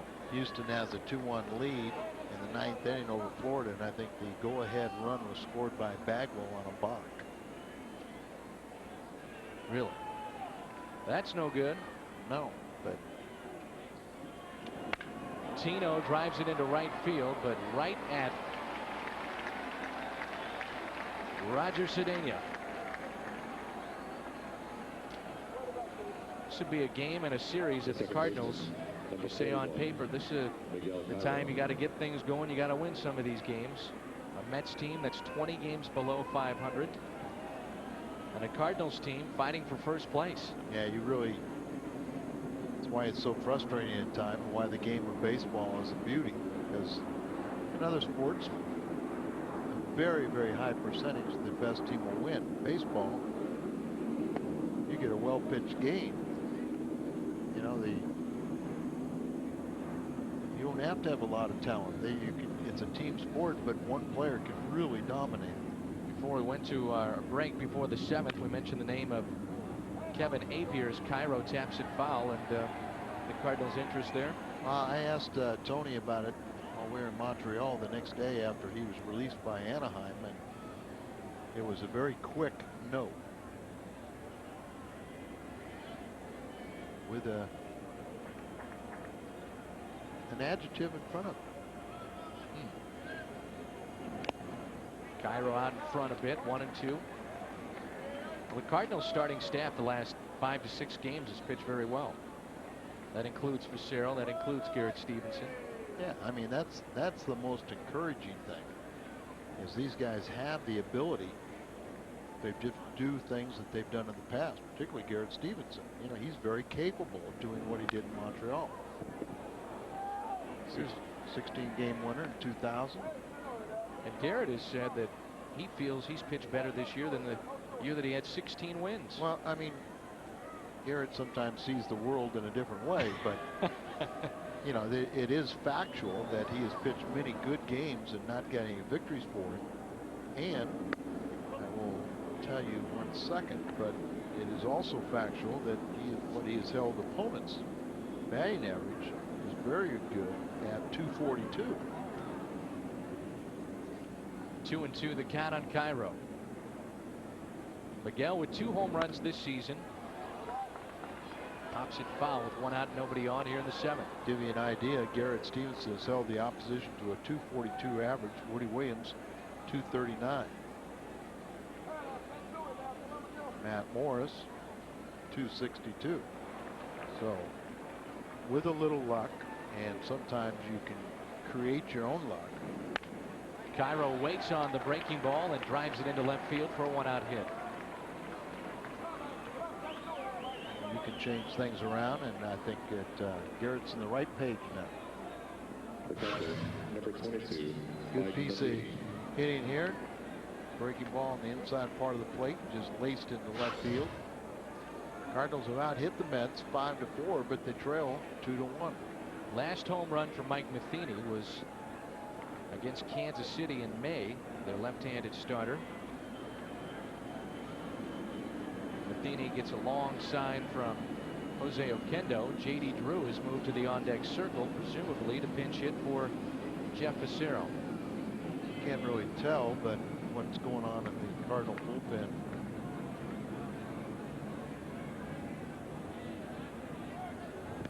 A check on Cairo. Here's a good question. I think it's pertinent, especially with a game like tonight. Cal Eldred had been warming up. Sean from St. Louis writes in, do you think that Tony La Russa changing the lineup always makes it harder for Cardinals to produce runs? And I think some of the players feel more comfortable if they're in a spot that they know they're going to be in every single day. Tino Martinez has talked about that, but when you don't have the availability of Edmonds right now every day, and certainly without Drew, you don't know what you're going to get every single day. Tony La Russa has to keep a spot open when Drew is going to play, just to make sure that he can get out of the trainer's room to play. Yeah, but I think that these guys are veterans. They understand things. And you know, you look at Tony's lineup today with the right-handers bunched in there. It makes sense with Traxel, who has allowed right-handers a 340 average. And Renteria is the 4th place hitter, a guy that came into this game with a 400 average against Traxel, and he's 2 for 3 tonight, including the home run. Left-handers are only batting 219, so in some ways it's one of those matchups where Tony said, you know, that I wasn't going to play with J.D. Drew. You know, I could afford to have a Jim Edmonds take one more day off. The problem is you have to play at least one left-handed swinger like Palmeiro. And Martinez is going to play every day because of his defense. The hit one is on and fouled back by Matheny.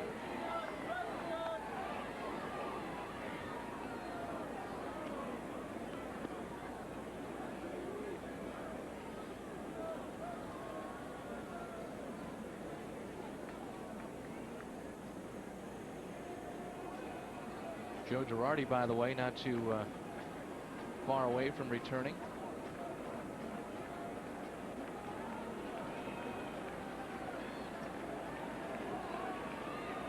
The problem is you can't have Herrero, Girardi, and Widger, Feeney. 1 ball, 1 strike on Mike Matheny. 1-2. Miguel Cairo, the runner at first. 2-1 Mets lead.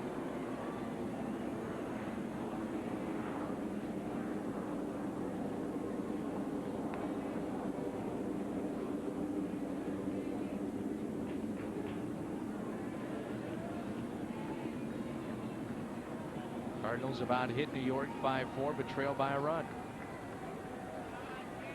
Matheny is 0 for 2. In the hole with a ball and 2 strikes, another throw over.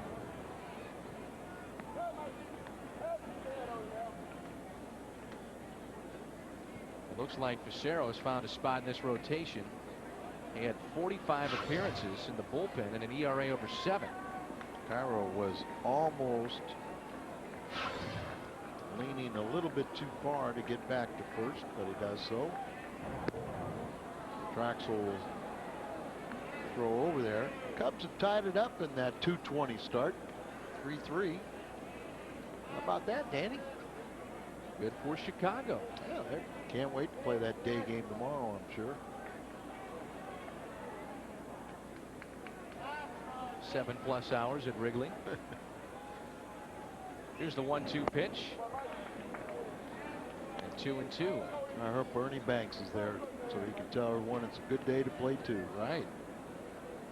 Montreal beats Milwaukee 8-4. Philadelphia over San Diego 6-0. Cincinnati holds off San Francisco 5-3.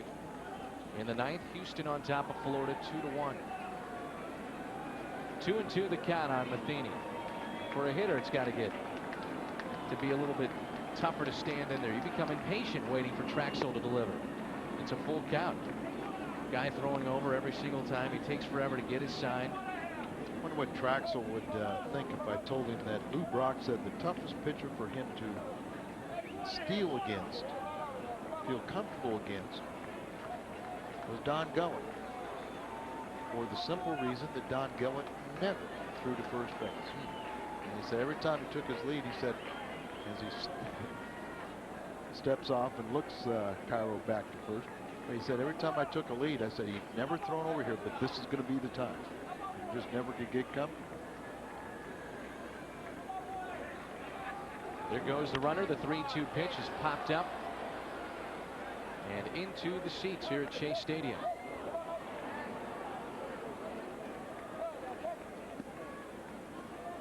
Got a 3 balls and 2 strikes.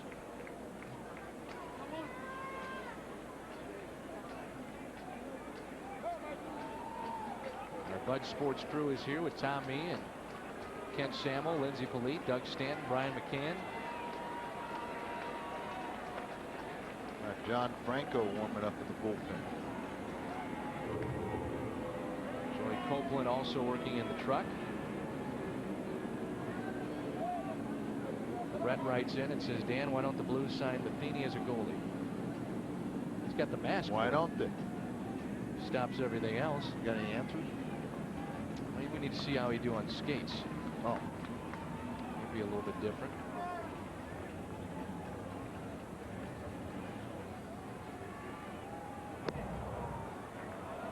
And even the home fans start to boo a little bit.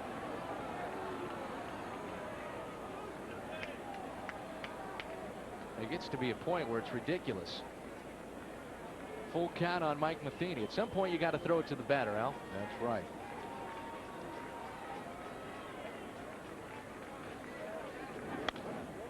Matheny spoils another one. J.D. Drew is plenty loose now, waiting on deck. Don't tire out down there, J.D.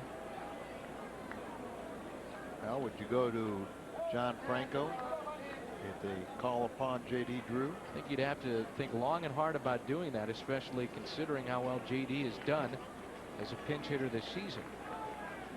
Right. Traxel's pitch count is getting up there, too. And yet, we talked about Traxel dominates left-handed.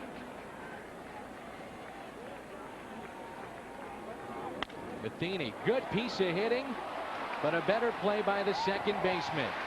Joe McEwing takes a hit away from Mike Matheny with a 3-2 pitch and the runner going, so the Cardinals avoid the double play. And it'll bring in J.D. Drew.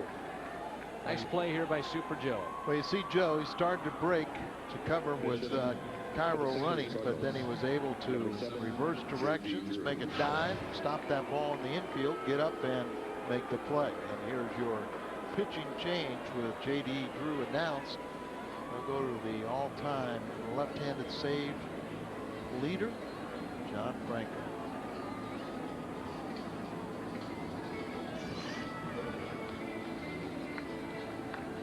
Nice job by Traxel.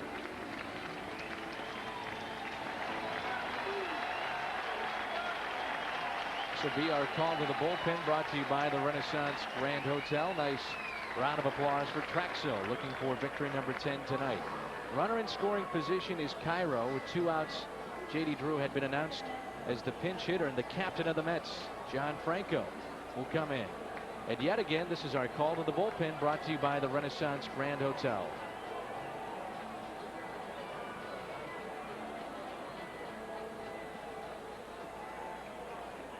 This call to the bullpen.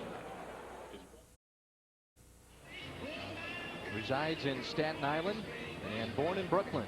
John Franco, the captain of the Mets, came over from Cincinnati back in 1990. And John Franco is into the ball game to face J.D. Drew with 2 outs and the tying run at second base. John Franco is relieving Traxel here. And John is second on the all-time save list. Most ever by a left-hander, 423. He'll face J.D. Drew here. Lee Smith, his first was 478. Missed all last year with Tommy John surgery. The first pitch to Drew is a ball. As a pinch hitter this season, J.D. Drew, a pair of home runs, 5 RBIs, and batting .364. Very respectable numbers. Of late, he hasn't done much. He was about 500 not too long ago.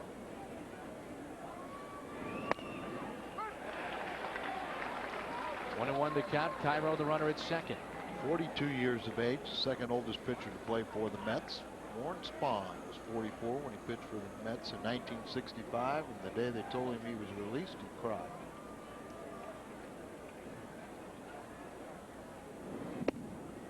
JD lays off that 1-1 delivery. It's 2-1. Top of the order, Orlando Palmeiro waiting on deck. And I saw Warren Spahn, I had him as manager in Tulsa, but Del Crandall was managing a club, and Spahny, those two guys were former battery mates, and they went like head-to-head in an old-timers game. A strike to JD. It's 2-2. Spahny got mad because Max Patkin was entertaining him. He was upset. You know, game was serious between those two facing each other. Houston holds on and defeats Florida 2-1, so they must win to stay 2 games back.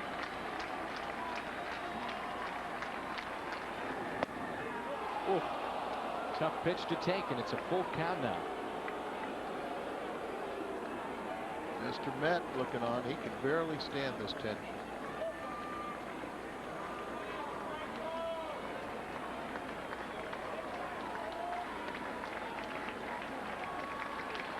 Three and 2, the count on J.D. Drew. Of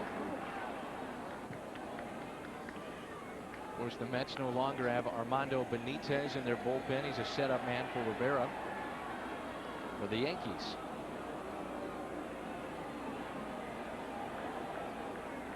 Game on the line so far right here. The Mets up by a run. It's 2-1. Full count on Drew with 2 outs. Runner at second, Cairo. The next from the Mets captain. Swing and a miss. He got him.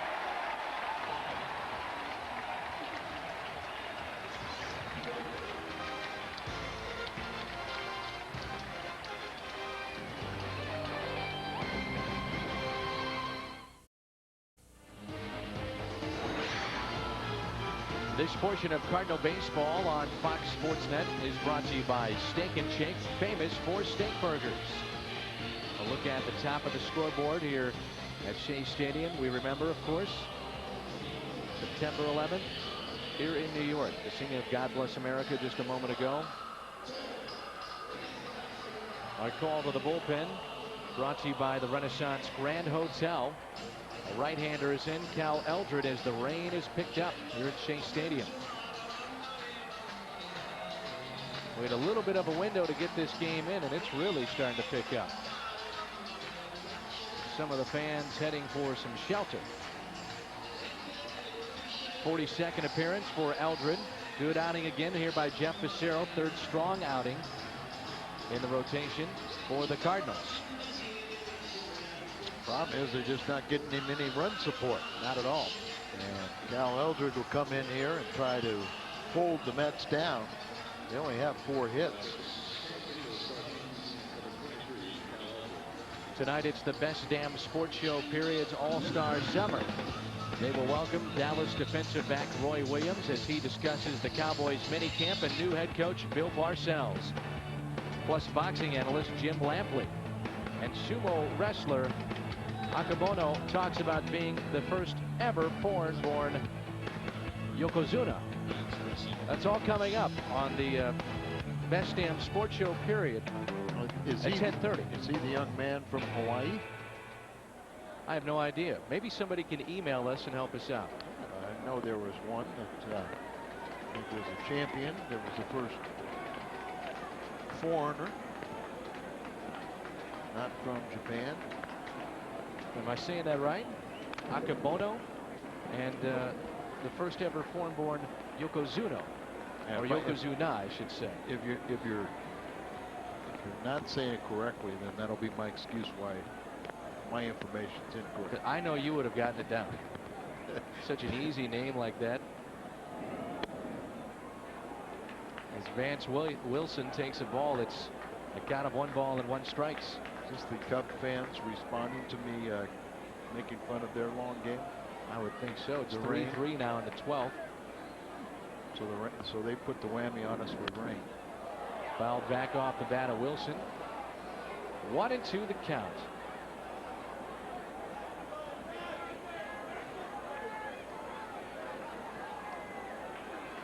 Houston over Florida. That's a final 2-1. Pittsburgh wins their ball game 12-11 over Colorado. Rockies still have a shot. And that's a swing and a miss and a strikeout. Good start here for Cal Eldred. Rockies still a shot at the wild card. Wilson thought he had a foul tip. I was going to say, what is he doing? He's standing there. I didn't swing. I guess he's arguing that he tipped it.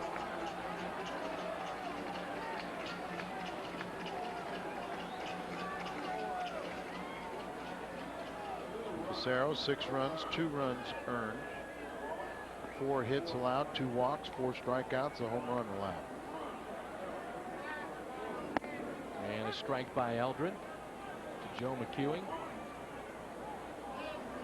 And it appears that it's lightening up here, so tell the grounds crew to go back in the cover.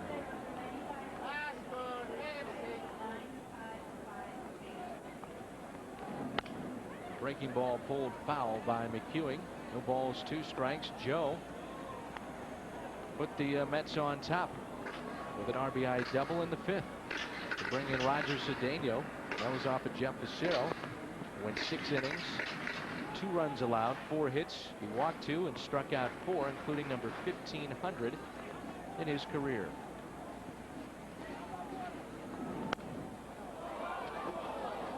Watch Dave McKay, the Cardinals outfield coach, move Perez towards the right field line behind Cal Eldred.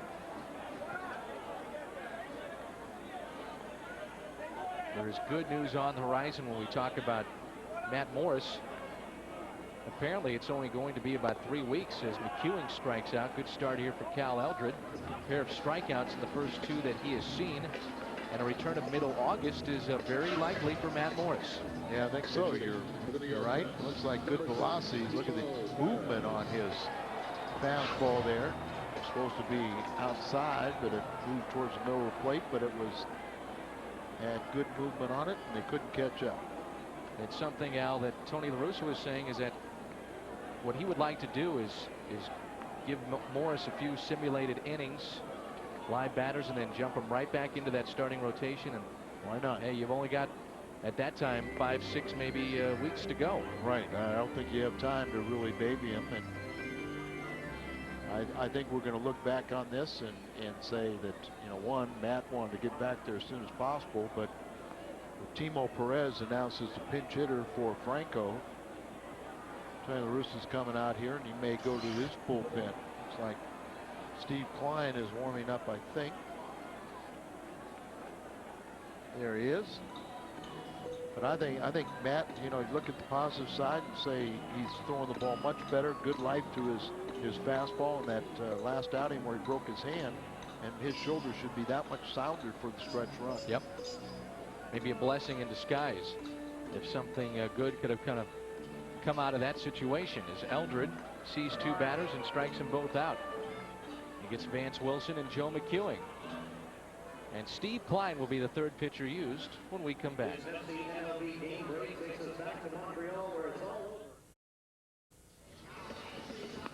Good work by Eldred. It's 2-1 Mets. Bottom of the 7th with 2 outs and nobody on. And Steve Klein will be the new pitcher used by the Cardinals. Jeff Fassero lasted 6 innings. Eldred 2/3 scoreless baseball. And here's Steve Klein. And Timo Perez will be the pinch hitter. He's limited left-handed batters to a .226 average with no home runs. He's now leads the club with his 50 appearances. His name was rumored to be in some trades. He's with the ball club, and let's hope he just accepts that and happy about it. There were times when it seemed like Steve would just, he's enjoyed his time in St. Louis. He's a fan favorite. But you want him to enjoy playing with these guys and be part of something special. I wonder if some of these guys will get back into the groove where they're at their best. A guy like J.D. Drew, a guy like Steve Klein, their names were brought up an awful lot. You go back to a couple of seasons ago, Renteria, when he found out he was not going to be traded, it was like a new lease on life, and he was a different player. And what you got to do is you got to look at it as a compliment. You know, club, your name's being mentioned because clubs are trying to, because they realize you have value. And don't worry about the business end of it. But I think Steve got upset early in the season when he was talking about a contract extension, and I think rightfully so, said, well, let's just wait a while. Let's just see what happens over the course of the year. Little looper to Cairo, and we're through 7. We've got the top of the order coming up for the Cards. Palmeiro, Perez, Pujols, all due up.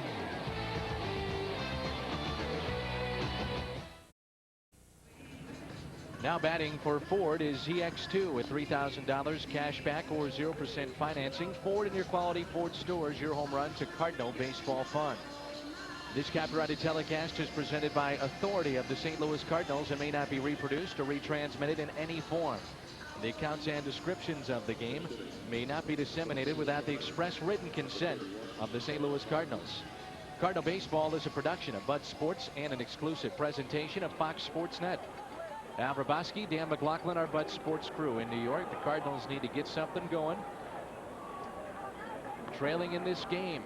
Well, we got Bo Hart going. He'll lead things off for the Cardinals. So pinch hitting for Palmeiro. Bo Hart against the new left-hander Jaime Cerda, recalled from AAA Norfolk of the International League for a 4th time back in late July. Began the season with the Mets before he was optioned back to their AAA affiliate. And Hart off the pitcher's glove. Tough play. McEwing, he can't make it, and Bo Hart reaches.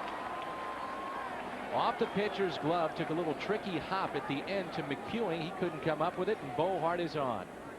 He represents the tying run. Had a little tailing action to it, and I don't know if he sort of ever got it, but it took a little hop up the wrist of McEwing, and it looks like that's the only man that Cerda is going to face. Art Howe with a slow walk out there. Already a call to the bullpen, and I'm sure we're going to see a right-hander coming. So after John Franco struck out J.D. Drew, Jaime Cerda starts this 8th inning, gives up an infield hit to Bo Hart in a 2-1 ball game. And remember, Houston has won their ball game. The right-hander will come in. Right-hander Dan Wheeler spent 3 seasons with Tampa Bay. Signed as a free agent, and now he's with the New York Mets. Appearing for the 17th time this season, Dan Wheeler, he has been unscored upon in 9 of his 16 outings. Right-handers hitting .254 against him. Lefties not much better at .256. On Tuesday, August 26th, the Cardinals play the Cubs. It's Van Campen Investments Keychain Night at Busch Stadium. The first 30,000 fans ages 16 and over with paid admission receive a specially designed keychain in the shape of a baseball glove. It'll be Tuesday, August 26th. The Cards and the Cubs. 421-2400 or log on to stocardinals.com. The pinch hitter will be Kerry Robinson. No pinch hit for Eduardo Perez. The Cubs and Arizona tied at 3 and 12th, and apparently the Cubs had the bases loaded, one out. Eric Karros grounds into an inning-ending double play. But it was a hard hit. Hard hit, though. Hard hit, ending double play. See, now with Cairo back, you see a little of the versatility. He can move to the outfield. Robinson down the line. It is a fair ball. Bohart around second. Into the corner it goes. Robinson around second. Bohart is going to score a pinch hit triple by Kerry Robinson to tie the game up at 2. How about that? Nice going Kerry Robinson. Nice going Bohart. Came off the bench and got a base hit and scores the tying run.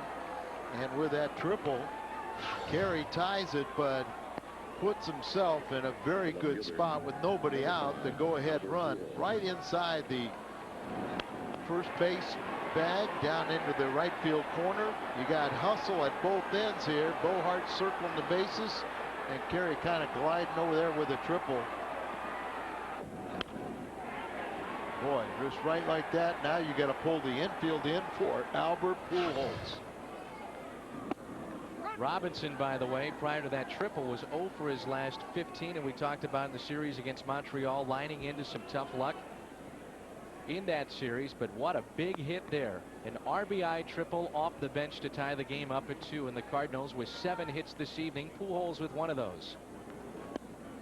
Talked about Cairo's versatility coming back, and you know, you could put him in the outfield. He could play right field. Kerry will go into playing Palmero's spot in center field, and Bohart goes to second. So just some of the things that you can do now, having some of those versatile players back and on the way back. Albert lays off that delivery.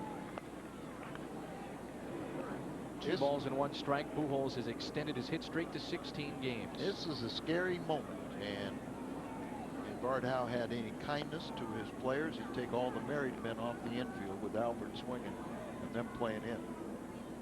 The 2-1 pitch. I like that. That's one way of putting it. Well, or you could say the married men may already have families. Count of 3 balls and 1 strike. Pujols, 7th inning or later, over 400. Up and into Albert. And Pujols is on base for the 3rd time, and it brings in the cleanup man, the shortstop, Renteria. The shortstop, number 3. Well, this is what happens when you get rid of some of your veteran guys. You get some of the bullpen guys that don't have a lot of experience, but this is how you find out about it. Renteria tonight, a solo home run, his 12th. He's fly to right and singled. He now leads the National League in multi-hit games with 46 on the season. Big at bat here. Runners at the corner, nobody out, tie game.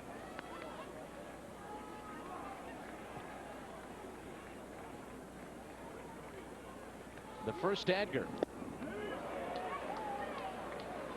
Corners are in. The second baseman and the shortstop in, but still it would be tough, but a chance at a double play where they're playing. Awfully tough to turn out. I think they got to go for the plate. Line drive, pick off somebody on one of the bases, but it'd be very difficult as far as spread out as they are for one of them to get to second. Right. No balls, a strike on Edgar Renteria.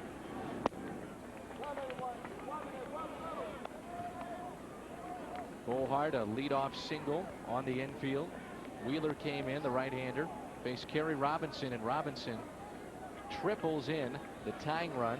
A walk to Pujols, and now with nobody out, 1st and 3rd. 1-1 the count on Edgar Renteria, and Wheeler steps off. Wheeler is the 4th pitcher used by Art Howe tonight. That tying run charged to Serta. The next from Dan Wheeler. Renteria held up as the rain is a steady rain here at Shea Stadium. But much lighter than it was a little while ago, so not in jeopardy of halting play at this time. Mets are in jeopardy of seeing the lead swing to the Cardinals. 3-1 the count. Tino Martinez would be due up second. Scott Rowland is on deck behind Edgar Renteria. Your Edgar, just be disciplined. Look for a pitch that you can drive. One location. And a walk to Edgar. Bases loaded for Scott Rowland. What are your chances for a triple play? Third baseman, number 27, Scott Say Rowland. those kind of things. Well, I bet that they're not going to get it, Okay. right? But Scotty hits a lot of line drives. They're going to play the infield way in now. And remember, the phenomenal speed of Kerry Robinson at third puts a lot more pressure on the defense. Scotty just sitting here nice and relaxed. First pitch to Rowland. Ooh, good cut. Scott on the night has grounded to short. He singled and popped out. Remember his last at bat, it looked like a pitch he could really drive, and popped it up a mile high. Vern Rural didn't like that first pitch slider. Come out and talk to his young pitcher and Vance Wilson on the way. But Scotty is 10th in the National League with his 73 RBIs. Trying to rain a little bit harder. Maybe that's part of the stall tactics.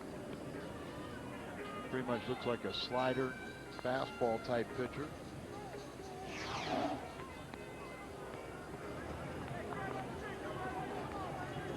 Bill Cuzzy's seen enough.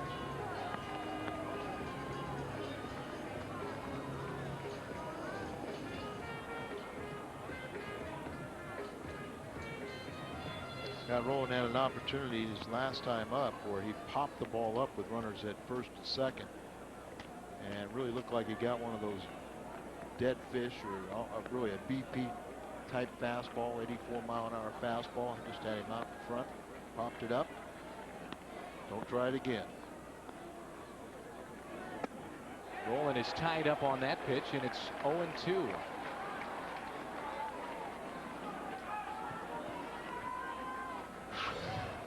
Vern Rural was in Philadelphia for a while when Scotty was there. Might have a little better read on what he'd like his pitcher to do to him, but still execution is where we see a lot of pitchers fail.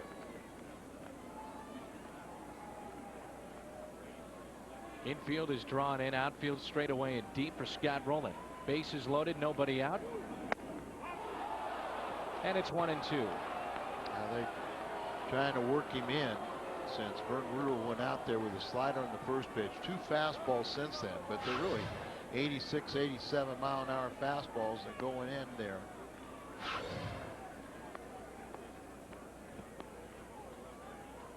Be careful. This breaking ball evens the count 2-2.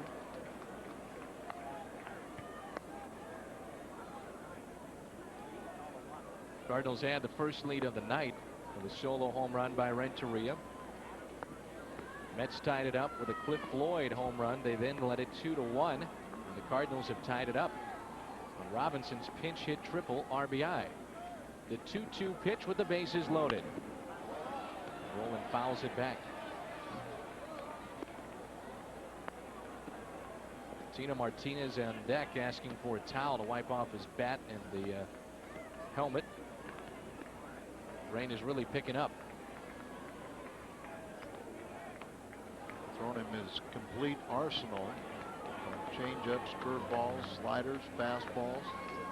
Back in. And fought off by Rowland and into the seats.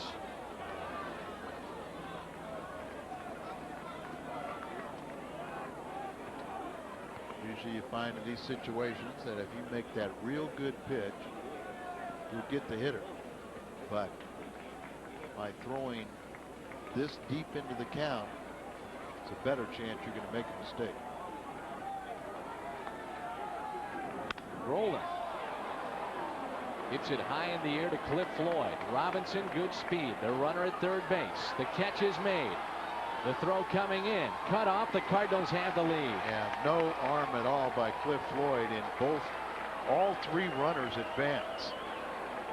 So the sacrifice fly by Scott Rowland gives the Cardinals a lead, and each runner advances further into scoring position. Look at how he catches the ball too on the wrong side. Right. Doesn't even get himself in the right position to throw. Yeah, pitch up, a breaking ball up, so it's going to easy to lift it for the sacrifice fly, and he comes over here and almost staying flat-footed, kind of coming in there a little bit, but he's, like you said, almost sidearm, or he had his body side saddle, so he really had no momentum behind him to come in and make that throw. And short humps the infield.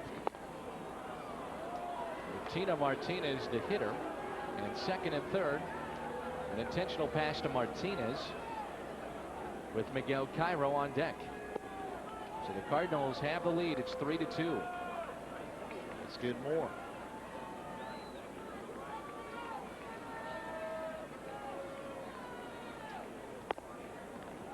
Jerry Robinson tied the game up and has scored the go-ahead run off the bench, pinch hitting. You know, a lot of times that situation, you aren't going to send somebody with nobody out, but it's automatic with Floyd's throwing arm that you're going to send your fastest runner. Sure. Scott Rowland, one of 4 Cardinals that on pace for over 100 RBIs. He fell behind, no balls and 2 strikes in that at bat too. Yep, he just kept on battling, and I think the pitcher's lucky he just was a sacrifice fly on that hang. So the base is loaded for the Cardinals. Miguel Cairo. His first start in quite some time. Activated on this road trip.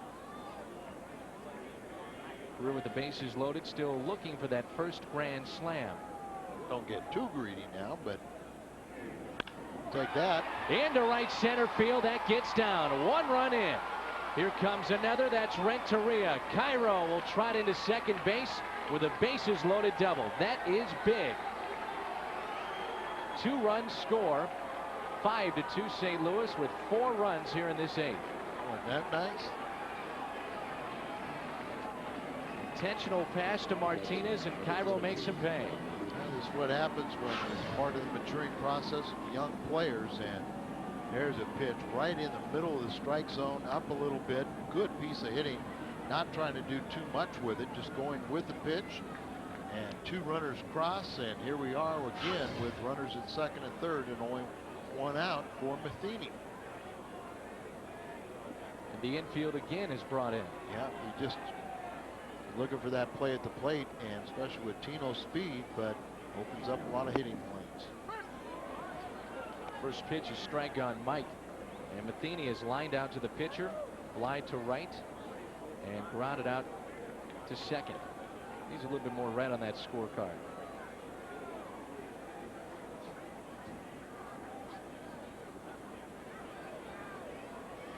The 0-1 pitch.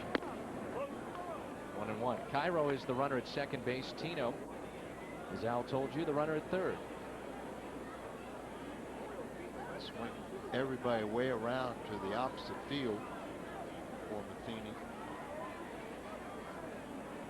Breaking pitches away. Now they're kind of moving in. Mike fouls it back. Not raining nearly as hard as it was about 5 minutes ago.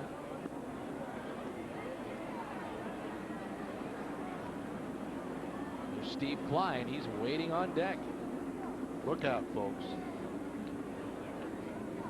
But he won't hit. Cardinals with activity in the bullpen. You have this scoring opportunity, you got to take it. Sure you do. 2-2 the count. Simon Tachi is throwing in the Cardinal bullpen. Cardinals have used Eldred. And Steve Klein has been used as well, obviously. And Jeff Facero made the start. And they go to the 14th in Chicago on that 2:20 start. It's 3-3. Fouls that near that Mets dugout, and it stays 2-2. So we're right here at Shea Stadium, where the Cardinals played their longest game. Game, I believe, that started at 8 p.m. And that's the old time starts we used to have. And went 25 innings. Matheny into shallow right field. This could be trouble. McEwing on the run, but it's Perez, the right fielder, who makes the play. He gets it back in quickly for out number 2. And here's Steve Klein. He's going to hit in this situation, it looks like. Now with 2 outs.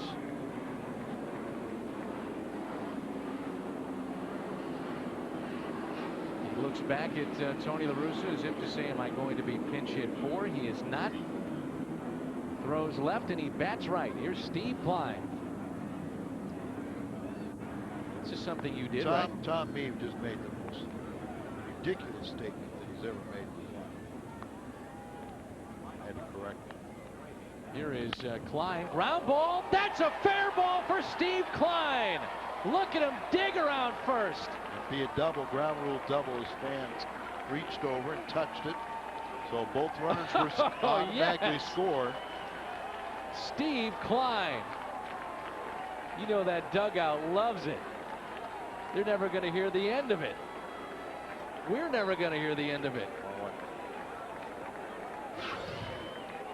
To see him get a pitch and falling back on his heels, he just kept it fair somehow. But Tom Meade said, look at he's so crazy. He throws left-handed, bats right. Hart up the middle. That's a base hit. His second hit, and Klein will stop at third base. And I informed him that I threw left-handed, batted right-handed, so don't ever say that. Look at Klein. He's out of breath. His first double of his career. Steve Klein. The gout is back. See all the guys having fun for what they're having more fun with. And that made it a 6-run 8th inning. And Bo Hart with 2 hits in this inning, and Steve Klein is just out of gas. Well, you might have to, not let him go back to the mound. He just done so much work here tonight. Here's Kerry Robinson. He had the big key hit, at least one of them in this inning. RBI triple to tie the game up. He's batting for the second time as the Cardinals have batted around here in this top of the 8th.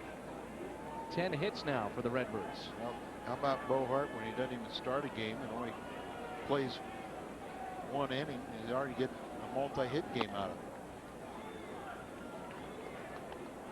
Gary's trying to do the same. Both of them pinch hit in this inning. Steve Klein, a double in this ball game, the first of his career.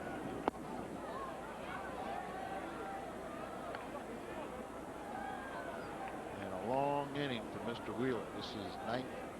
He's already faced 9 batters. This is the first man that he saw. Kerry Robinson.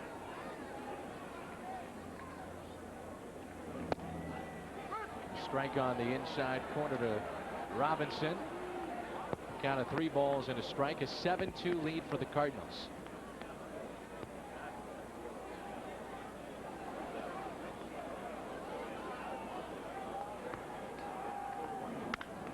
And Kerry pops it up. Shallow left. Floyd is there and makes the play. Barely. Steve Klein joining in the fun.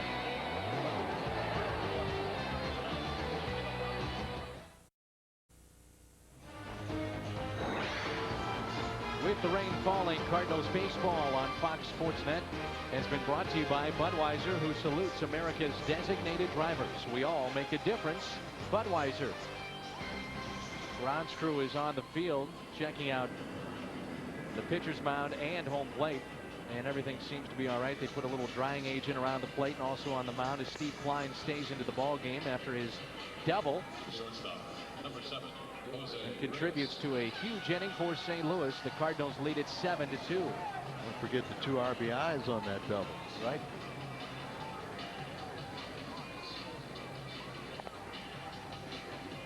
Cairo's out in right field as he moved from second to right. Gary Robinson He replaces Palmeiro out in center field. As Bo Hart pinch hit for Palmeiro, and he stays in the game to play second.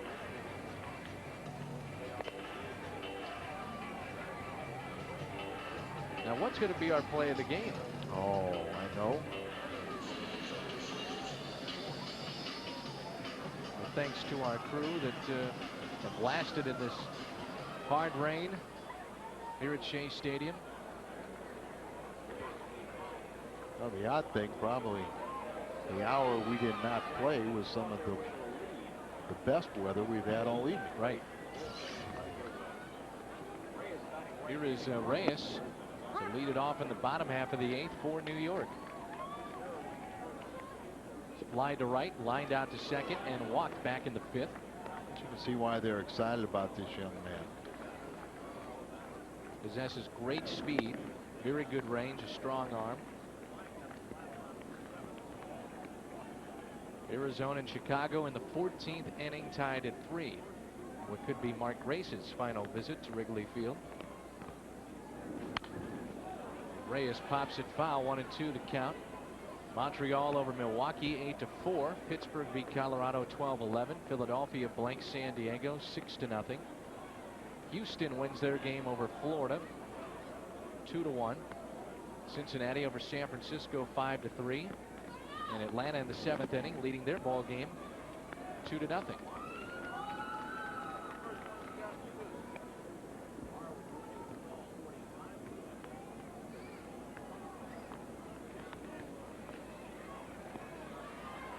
Steve Klein pitching in the Lorraine here at Shea Stadium. What has been a long night of baseball. Long night, but it can be a very productive night. 6 more outs. Roy Halladay, by the way, has won 15 straight decisions. He is pitching tonight at Anaheim for the Toronto Blue Jays. A base hit through the whole left side. And Reyes is on for the 2nd time tonight. First time he's got a base hit, 1 for 3. He walked back in the 5th. And Steve Klein had a 3-2 pitch, and you'd rather throw a strike even if they get a base hit than to start walking people. Now time for the double play. Jeff Duncan will be the hitter.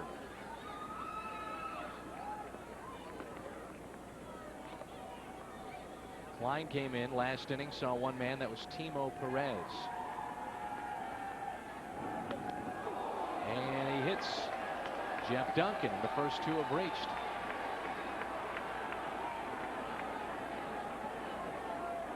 Simon Tachi has been throwing in the Cardinal bullpen. And the batter will be Jason Phillips. I mean, seriously, you wonder if Klein was gassed after running the bases. Absolutely. He almost appeared as if he was, and even with them manicuring the mound, giving him a little extra time to recuperate, he gives up a base hit, and now he hits a batter, and he's out of this ball game.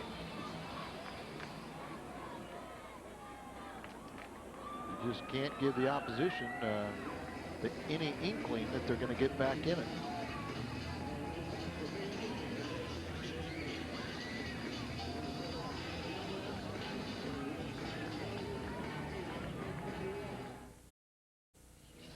Fourth pitcher for the Cardinals is Jason Simon Tachi. Out of the bullpen, he's been very good. His last outing was Wednesday at Montreal. 1 inning and 3 hits. He did allow a run in that game.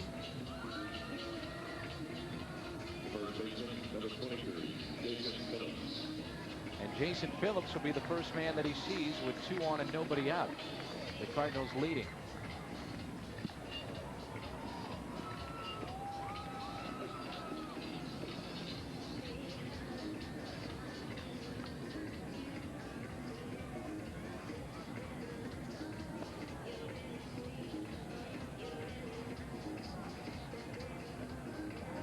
These fans have withstood the rain.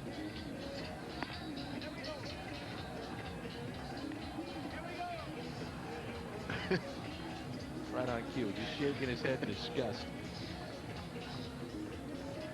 All right, so here we go. Jason Simon Tachi is on the mound for the Cardinals. You know, Seinfeld used to come here, but now they send lookalikes. That was a Seinfeld lookalike, wasn't it? Yeah.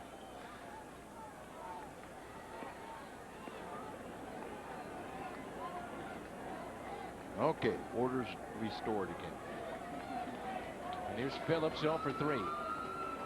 Cliff Floyd is on deck. 7-2 Cardinals. Ground ball, a double play ball, possibly. Bo Hart, can he turn it? Yes, double play. 1 pitch and 2 outs. That's how you do it. That's how you restore order. So with 2 outs, the batter will be Floyd, who has a solo home run. And one player's hurt out there. It's got to be Duncan at second base. Let's watch it. Maybe on the slide he got caught up in the mud. And you don't want that, because then that's where the umpires are going to start worrying about the playing conditions and halting play. But you don't want to see a player get hurt either. Ask Eli Marrero. Looks like they're working on his knee.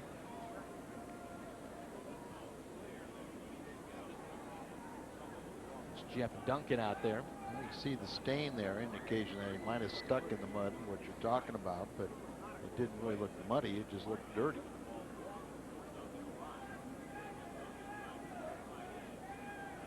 You know, you appreciate these young guys playing hard and trying to break up a double play, but it looked like the ball was hit back to Simon Tachi and got rid of it so quickly, there really was no legitimate chance to kind of disrupt the throw, the return throw to first. Seemed to be okay.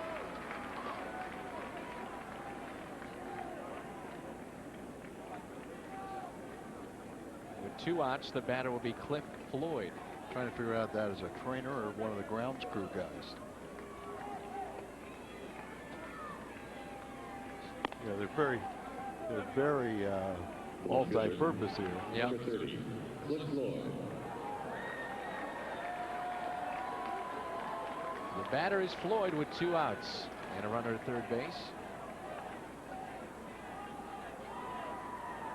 Cardinals have out-hit the Mets 10-5 and lead it 7-2. Floyd with career home run number 150.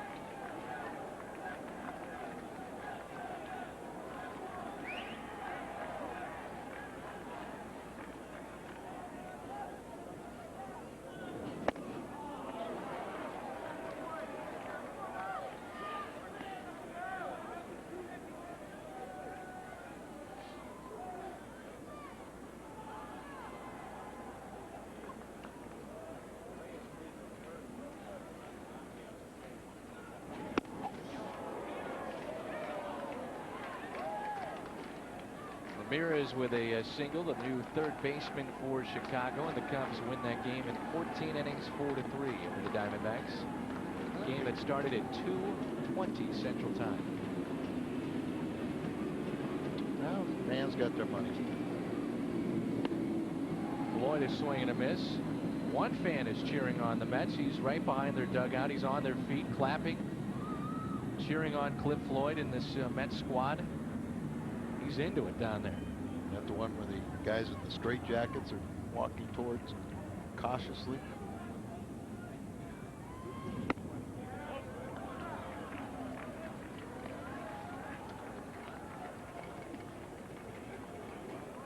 Full count on Cliff Floyd.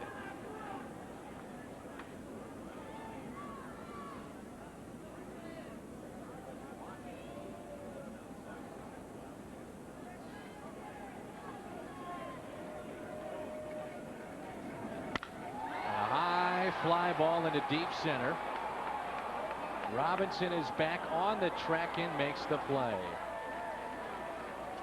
7-2 St. Louis.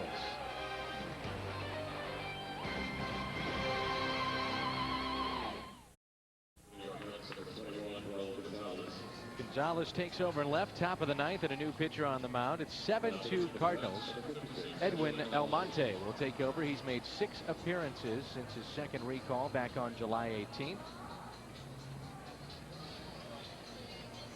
Now, this is a young man that was playing Little League Baseball a couple years ago.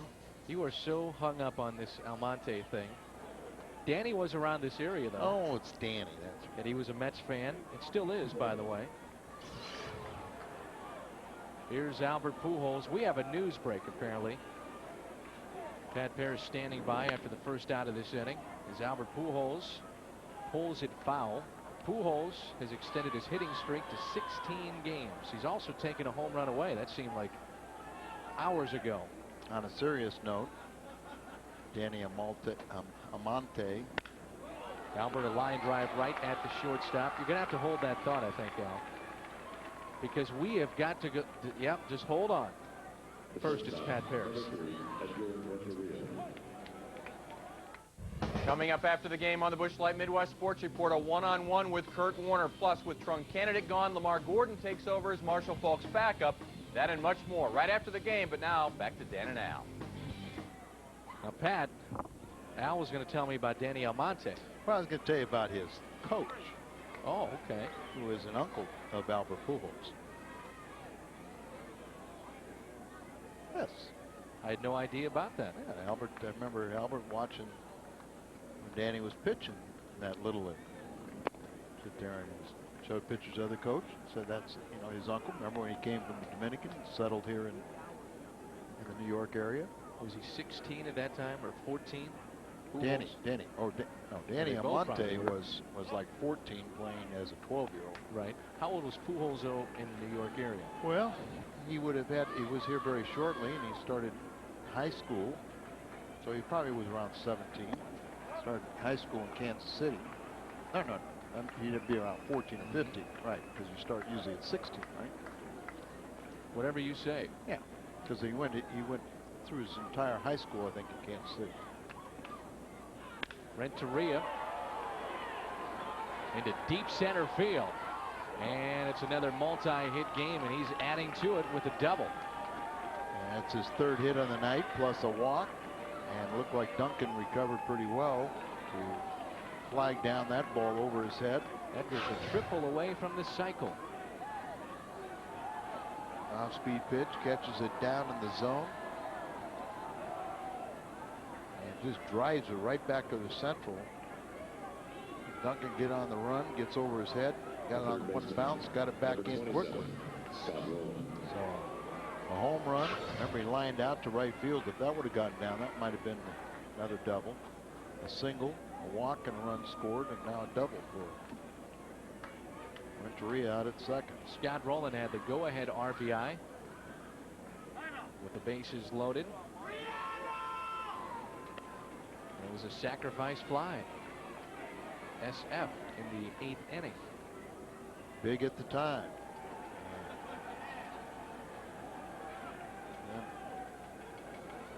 Pair of two-run doubles off the bat of Cairo and Klein.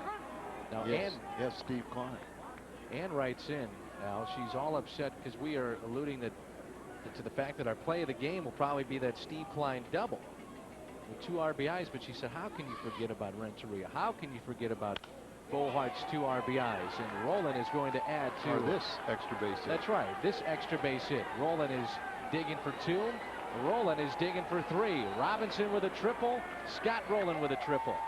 Can we and add an RBI? Can we add that to Renteria for the cycle? Yep, I wish. Rowland a pair of RBIs and 75 now on the season. Well, and all your choices are much better than ours. So we'll just wait and have our illustrious producer to pick what it is. But here you see the triple once again. Gary Robinson had a triple. This is the second triple of the night for the Redbirds and their 24th of the season. Another RBI for Scotty. He's up to 75. Pino hadn't been part of the fun.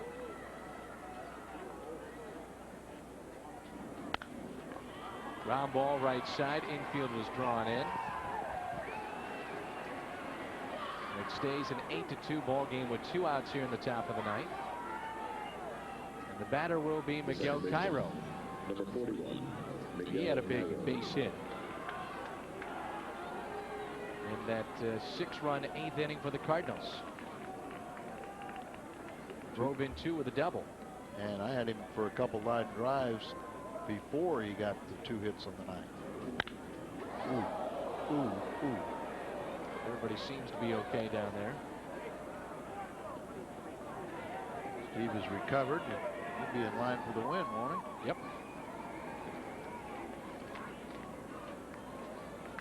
Oh, isn't that cute? Ground ball to short. And Cairo is out. Bottom of the ninth coming up, and the Cardinals have a 6-run lead.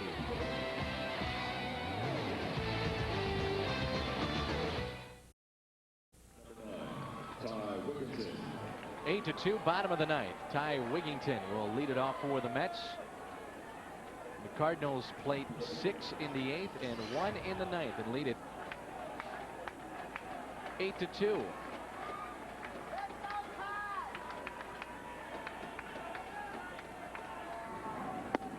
Fastball and a strike from Simon Tachi.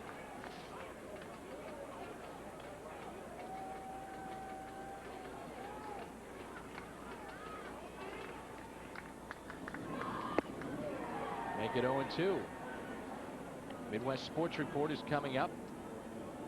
Our play of the game is coming up as well. I thought Ann had a very good suggestion, so we'll just. Did you think so? Sure. We'll just see what the truck decides. Really, it's on the shoulders of Kent Samuel. Oh, it's just a one-man band down there. It's a one-man decision, isn't it? Yes, it is. It's his show. Fouled back. And into the seats.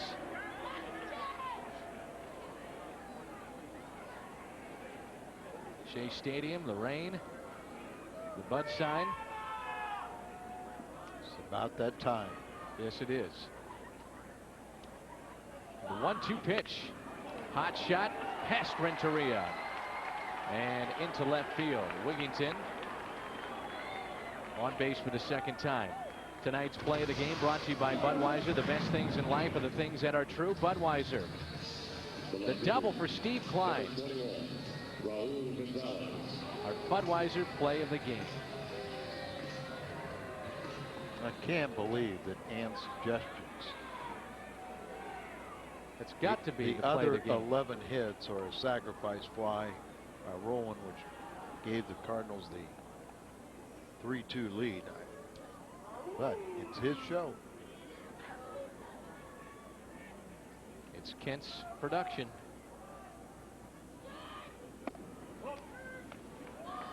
And ball 1 to Raul Gonzalez. I mean, that's just a perfect piece of hitting there by Steve Klein. Like the oxygen in the dugout.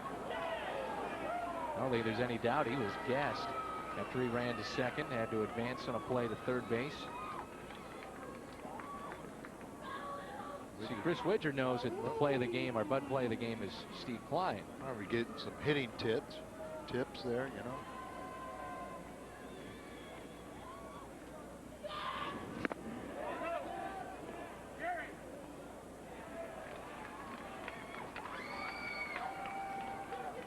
Been raining all night. Raul Gonzalez, his first plate appearance.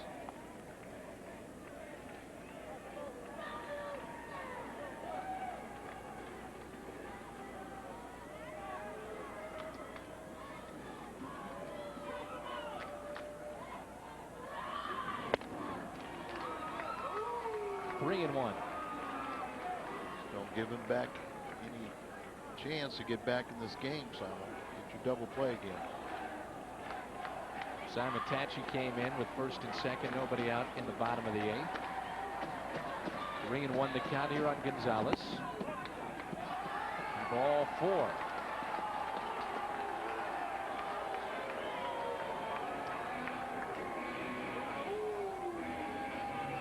The catcher, number 3, Vance Wilson. Vance Wilson will be the hitter.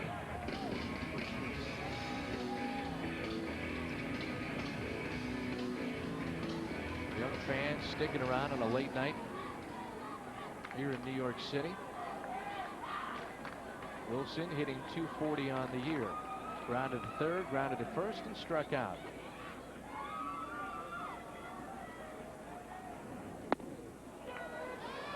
Swings at a ball in the bottom of the ninth, down by 6 runs, and Simon Tachi just walked a man. Houston won their ball game 2-1. Chicago won their game 4-3. 0-2 the count.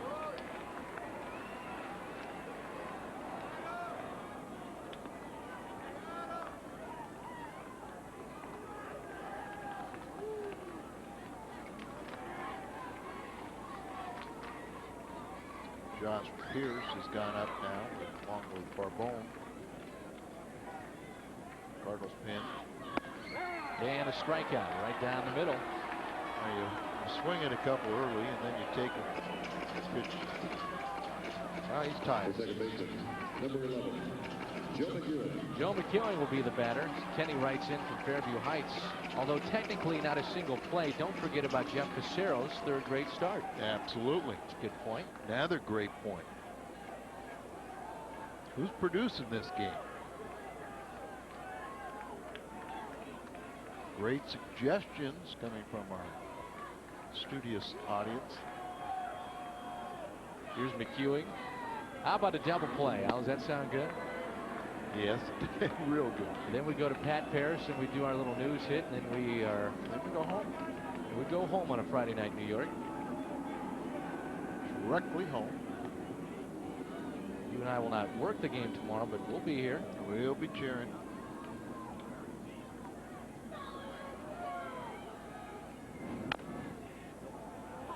Strike 2 on the batter, Joe McEwen.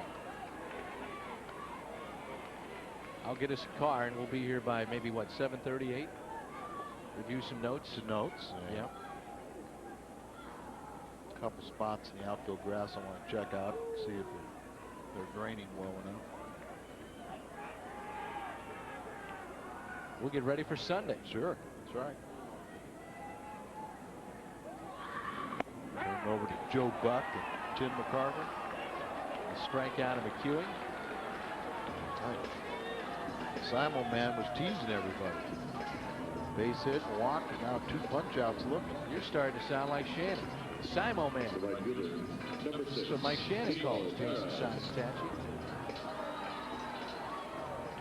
It's good enough for Mike. It's good enough for me. I'm with you. There he is. We have thoroughly missed him during his vacation. They should do it. Tough play for Renteria. Forced play at second, and the Cardinals win it. Cardinals win it 8-2, and they pour out onto the field from their dugout, and they take game 1 of this 3-game series. For Ann, who wrote in with our plays of the game, and our Bud Sports crew, and Al Raboski, I'm Dan McLaughlin. Thanks for being with us. The Midwest Sports Report comes your way now.